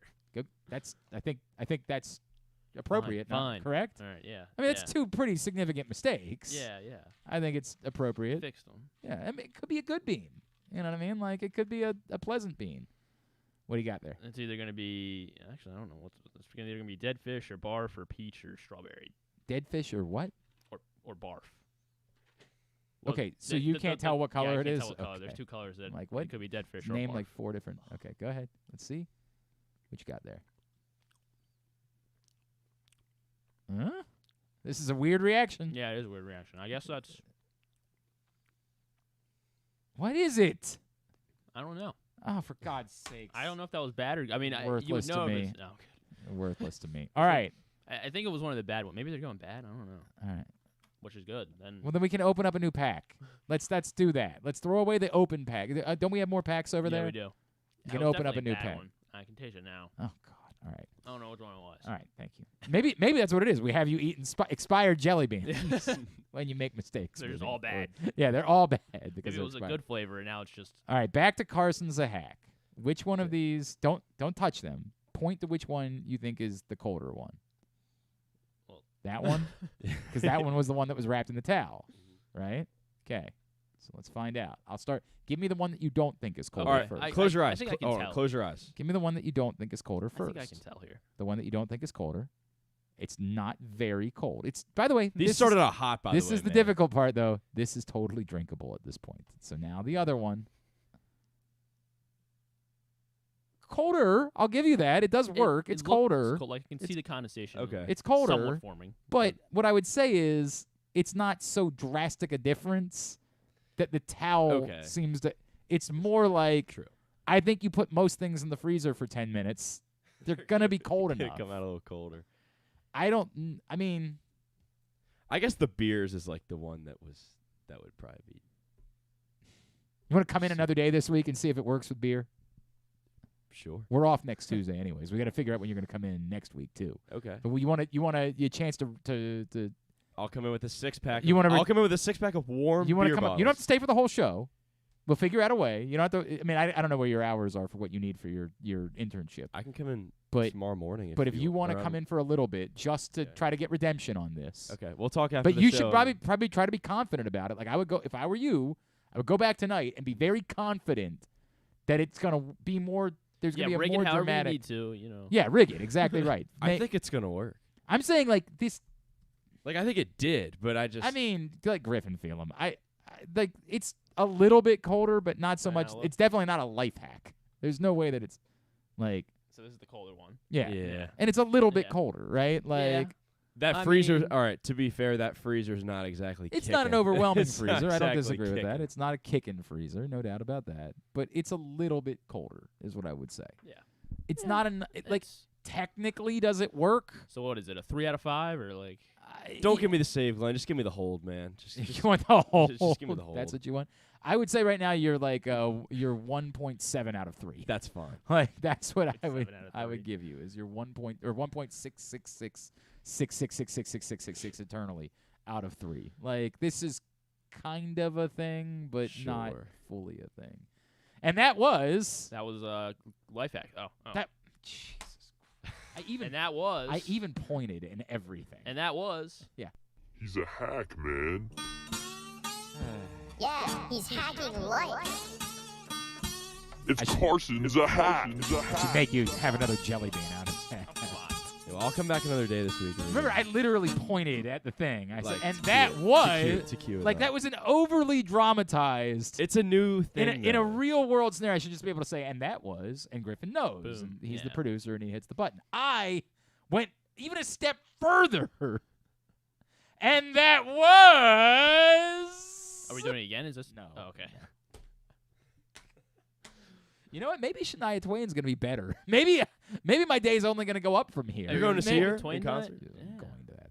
You're not excited. No, I'm not excited even a little bit. Plus, it's Why? First of all, this is not gonna anything. rain. She's got some fun songs. She has one. That's fine. All right, fair. One. That's fair. One. By the way, it came up. Last night I got the trivia, and I'm telling. By the way, the only sports question last night was one the entire bar got. Name the only two MLB teams that they share a name with NFL teams. Cardinals. Yes. Yeah, there you go. And That was the only sports question? It was the only sports and the question. Giants. Yes, Cardinals, thank you. Giants. Yes, the only sports question. That's it. Good thing you were there. I'm sure there was plenty of political questions, right? I mean, we won last night. You know what actually? You know what saved me? I actually did not know the final, but two of the guys on the team did know the final. It was who wrote the Johnny Cash hit "A Boy Named Sue." I did not know that was children's poet Shel Silverstein. I had no idea that was the case. I nailed this one. Name the 3 countries that produce the most beef. The U.S. Went 3 for 3 on this one. The U.S. I'm not going to tell you. Just give me your 3. I feel like there's somewhere in South America. Maybe not. I don't know. Brazil? I'm going to say Japan because of the Wagyu stuff. And the U.S. But it's not like. I feel like. I want to say China just because it's, big. It's big. A lot of people. A lot of beef. Are we talking exports or are we just talking in general? Said what 3 countries produce the most beef? I want to go China. China's got to be in there. It's got to be one of them. Okay. And then, what are your 3? Brazil, U.S.? Yeah, let's go China. Yeah, because Brazilian steakhouses. Yeah, exactly. Let's Fuck do it a shot, man. China, Brazil, and U.S. Much like you would have gone 3 for 3. Well done. Let's go. Those are the 3. Hey, absolutely. Look at that. You did very well with that. What are the only 4 cities in New England with a population of 150,000 or more? Oh, man, my English geography. I'm not going to tell you. You got to guess 4 cities. 100. Say it again. 150,000. 150,000 or more. In New England. Yeah, in New England. Montpelier. No. I don't know. I guess Manchester's pretty small. I need 4. So it doesn't count New York. It's in New England. I'm not giving you I couldn't even. 4 cities in New England. Like you've got the entirety of what we had to work with. You're trying to get Augusta. I don't get to turn around to the quizmaster and say, "Hey, where's New England?" Yeah. Concord. Yeah, sure. We'll go Montpelier, Concord, Boston, Well, there's got to be another. Foxborough. No, not Foxborough. Not Foxborough. 150,000. What other cities are pretty big, up man. there? Let's go Augusta. Why not? Yeah. All right. You would have been 1 for 4. With Boston. Now, I did not, as it turns out, because I said Hartford, and apparently Hartford. Hartford, yeah. But no, but they only have a population of 120,000, which is shocking to me. Is that not the capital? I assume it is, but it's just more shocking that we treat Hartford like a real city. Boston, of course, kind of surprised you missed Providence, pretty big city. Yeah, Providence. The one that that's Rhode Island, right? I didn't even know that was That's New what I would've England. guessed. To be honest with you, I guess everyone in Rhode Island lives in Providence. the guys on my team fought back about, but I nailed, was Worcester, Massachusetts. Absolutely. And then the fourth, that's what I was trying to think. What other cities are in the fourth that I was Massachusetts? stunned by. I mean, stunned that there are 150,000 people. The home of the Basketball Hall of Fame, Springfield, Massachusetts, apparently has a So bigger population than 3 Hartford, Massachusetts, Connecticut. yeah. 3 Massachusetts and Providence. Nothing in Maine. So we went 3 of 4, but we did better than most people in that round. I feel like there was another round that I killed it on, and I can't remember what it was. Oh, so the halftime question is always a music thing. They play a song, and you have to name the artist, the song, and the year. And they never play the hook. They don't play the chorus. Like, they just play, like, one of the verses. And I swear to God, the first thing we heard was, "I'm going out tonight. I'm feeling all right." And I'm like, oh, my God. I had just been talking to the boys about how I was going to Shania Twain. So, obviously, it was Man, I Feel Like a Woman by Shania Twain. This is one of the easier ones. But then the boys are all Trivia like, was tailor-made for Glenn they're all Clark. like 96, 97. I'm like, you sons of bitches, you are way too early on this. Like, you are way off. And they're like, I had to fight them just to go to 98, which wasn't even correct, but you get 1 year of leeway. It was 99. I was like, guys, it might be 2000. Like, you're off. I had to fight them about it. I had to battle that. Good thing you But were there. Ultimately, we got that through, and we were big winners last night at Trivia. So that was pleasant because we had struggled the 2 weeks leading up. We had been out of the medal. We had been off the podium altogether for 2 weeks after we had been house champions the previous season. So it's been a rough couple of weeks for you boys. Rough couple of weeks.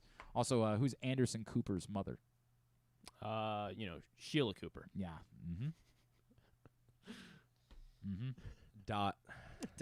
Old Dot. You don't actually need to give first names. You only need to give last names. And if you had given Cooper. Cooper, you would have been incorrect. Oh. It is, of course, the Gloria Vanderbilt. He comes from the Vanderbilt family. So. Oh yeah, that the one- ones with they got a lot of money. Mm-hmm. Oh yeah, That I think one. I think I kind of knew Yeah, that. Got like I that knew one. he had like a rich Interesting. Got that one too. So heritage. It was a good night, despite the fact that there was very little sports. We did very well.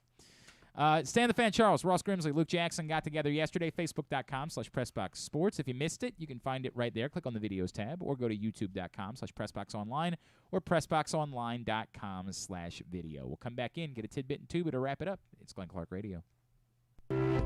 The latest edition of Press Box is available now. On the cover, Dave Ginsburg remembers Goose as he looks back on the impact that late Tony Saragusa had both on and off the field here in Baltimore. Plus, he explains how Goose's kids are working to continue that legacy with the Goose Flights program. Also inside, Todd Karpovich profiles the path Tyler Wells has taken to becoming a star in the Orioles rotation. And you'll find a special summer travel guide with information about events and activities throughout the state. Press Box is available for free at over 500 area locations, including 60 Royal Farm stores. And you can always find the entire edition, as well as the best daily coverage of the O's, Ravens, and Terps at PressBoxOnline.com. The All-America Senior Game powered by New Balance will be back at Johns Hopkins Homewood Field on July 29th. The most decorated girls and boys lacrosse players in the country have been invited to play in what is the premier lacrosse event of the year.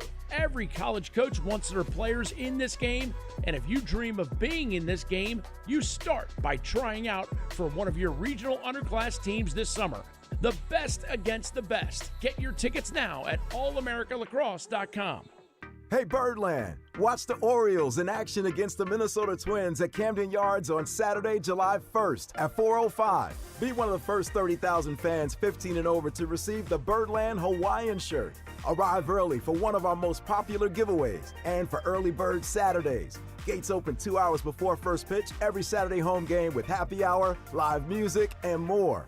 Enter vacation mode and purchase your tickets today at Orioles.com/tickets.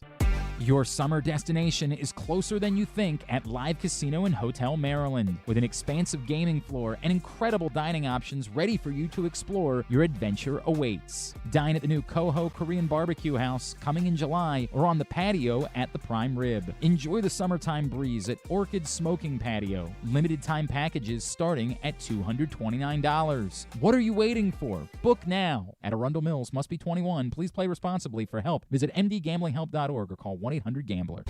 Costas Inn has been serving up delicious steamed crabs for over 50 years. Lately, the crabs you want to eat when the weather warms up have gotten harder and harder to get. So get your crab eating game plan in place. Make sure to stick this number on your fridge, 410-477-1975. Call ahead and reserve the size crabs you want. You may be able to walk in, but you may also be disappointed at the size or maybe even get shut out altogether. So call ahead, have a plan, and then arrive on your crab eating vacation. Costas also has delicious crab soup and crab cakes. The Costas Inn at 4100 North Point Boulevard. For more than 50 years, they've been satisfying crab lovers in and around Baltimore. Make the most out of every day in your Toyota RAV4. Available in hybrid or gas-only models. A RAV4 can get you where you want to go in style. Check out buyatoyota.com for deals on new RAV4s from your local Toyota dealer today. Check out PressBoxOnline.com every day to find daily winners and betting advice from Jeremy Kahn. And if you want some advice about life decisions that you probably shouldn't make, here's Glenn Clark.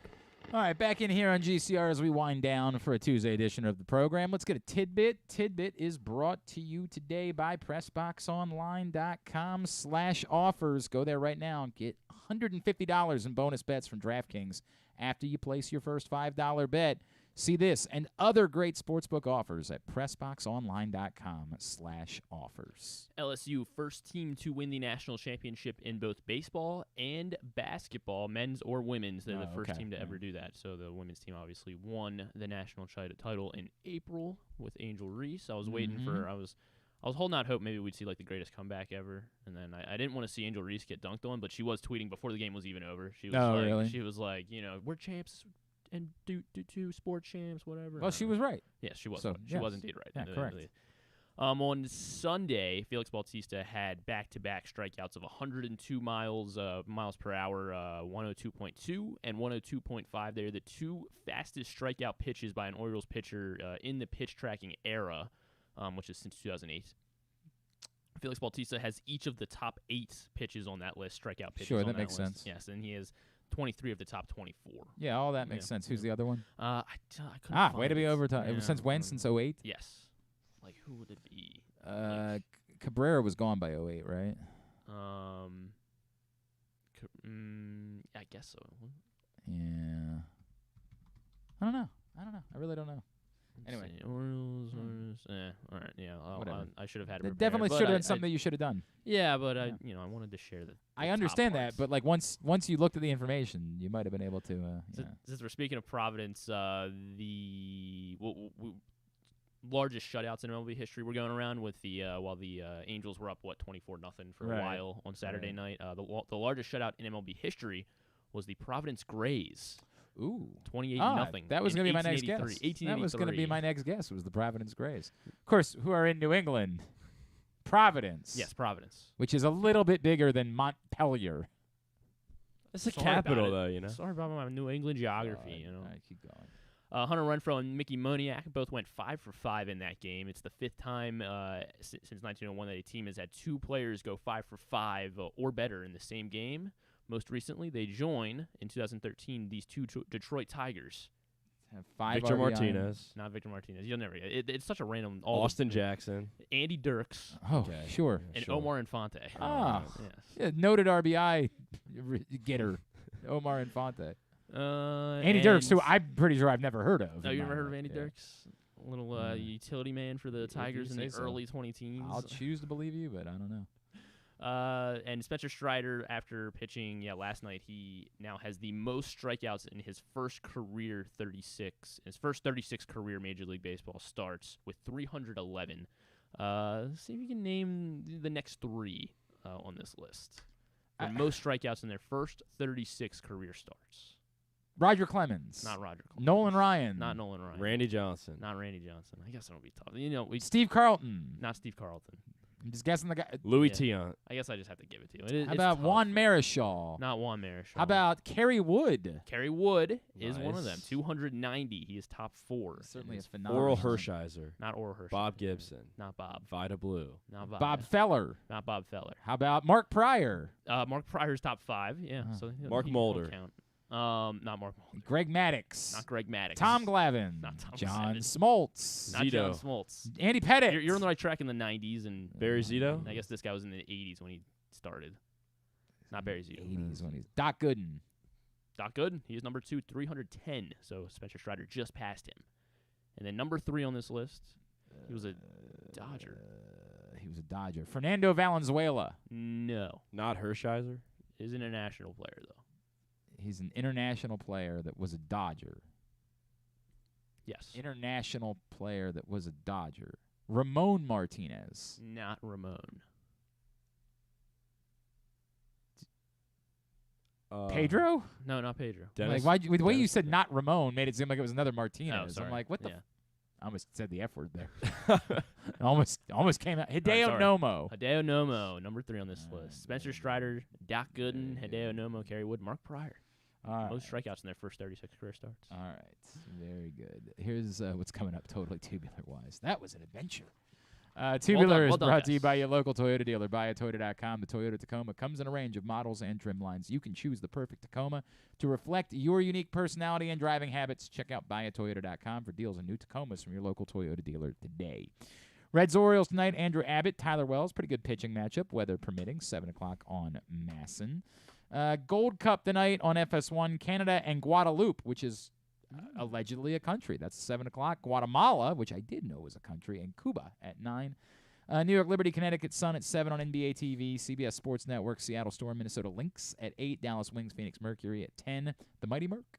ESPN for another episode of The Ultimate Fighter tonight at 10 o'clock. The rest of the baseball, Nationals, Mariners, 9:30 on Masson 2. Yankees Athletics, 9:30 on MLB Network, TBS. Twins Braves at 7:20. USA Network for WWE NXT tonight at 8. Some non-sports highlights. No. America's Got Talent. Right. That is it. All right. There's nothing. There's nothing. I It's could've the sworn that I season looked at this 3. It's the season 3 finale of Superman and Lois on the CW. Ah. And then the series finale of Gotham Knights on the CW as well. Okay. Everything else, GlennClarkRadio.com. Yes. All right. Thanks today to Keith Law. Thanks also to Jonathan Mayo and to Brandon McGee. We'll get it all up in the greatest hits section of the Oh my God, it's so good. tab at GlennClarkRadio.com. Stuff and things. We're killing. Might be a great night for me to watch a movie. No, I would maybe try to book some I can guests. come in and do the beer thing tomorrow. Right, the beer We thing. can kill some time. That's our big pool to get everybody. Oh, yeah. Got to make sure you tune in to see if Carson can get beer cold in a freezer. How you going to miss that? What other show's giving you that, huh? Are they doing that on Vinny and Haney tomorrow? It's a fair point. Is that what happening on the Kevin Sheehan show? I think not. I think you're only getting that content right here and a breakdown of my son's Capri Suns. I'll bring in Capri Suns in. We can test those out. Test later. on the Capri Sun. Pacific Yeah, Cooler, we got a please. Big day. Big day ahead you're right. tomorrow. Big day. Cool. Thanks to everybody at Pressbox. Oh, is there a new season of Bachelorette tonight? Last night, Today? yeah, last night. I thought it's a Hulu thing. I mean, I guess Oh, it comes out on Hulu aired the next it. day. Okay, got Yes. it. Got it. Thanks to everybody at Pressbox, all of our great sponsors and partners, including Live Casino and Hotel, as well as Glory Days Grill, the Bowie Bay Sox, Royal Farms, Acosta Sin, All-American Lacrosse, the Baltimore Orioles, Birdland Sports, your local Toyota dealer, BuyAToyota.com. Thanks to Carson at Carson Ware. Yep, that's right. Yep. And that's Ware with an I. That's right. Griffin Thanks, at Griffin_Bass. Follow us Twitter, Instagram, and TikTok at Glenn Clark Radio. Have a good Tuesday night. If you see me at Shania Twain, give me a hug. Singing his heart out. Just like, I don't know. You got a cowboy hat? Tell me. I think Mrs. Clark does. Yes. Tell me the sun will come up tomorrow. Like, just come over and give me a firm handshake and say, hey, Bubba, we understand. I do look forward to the bathroom lines being short, though. I do look forward to that. Because everyone's going to be standing out. No one's going to want to miss the concert. No, I mean, the women's lines will be quite long. And I see. The men's lines will be, enjoy your line. Enjoy your line. All right, have a Just hang great. out in the bathroom. Go Birds. Duke sucks.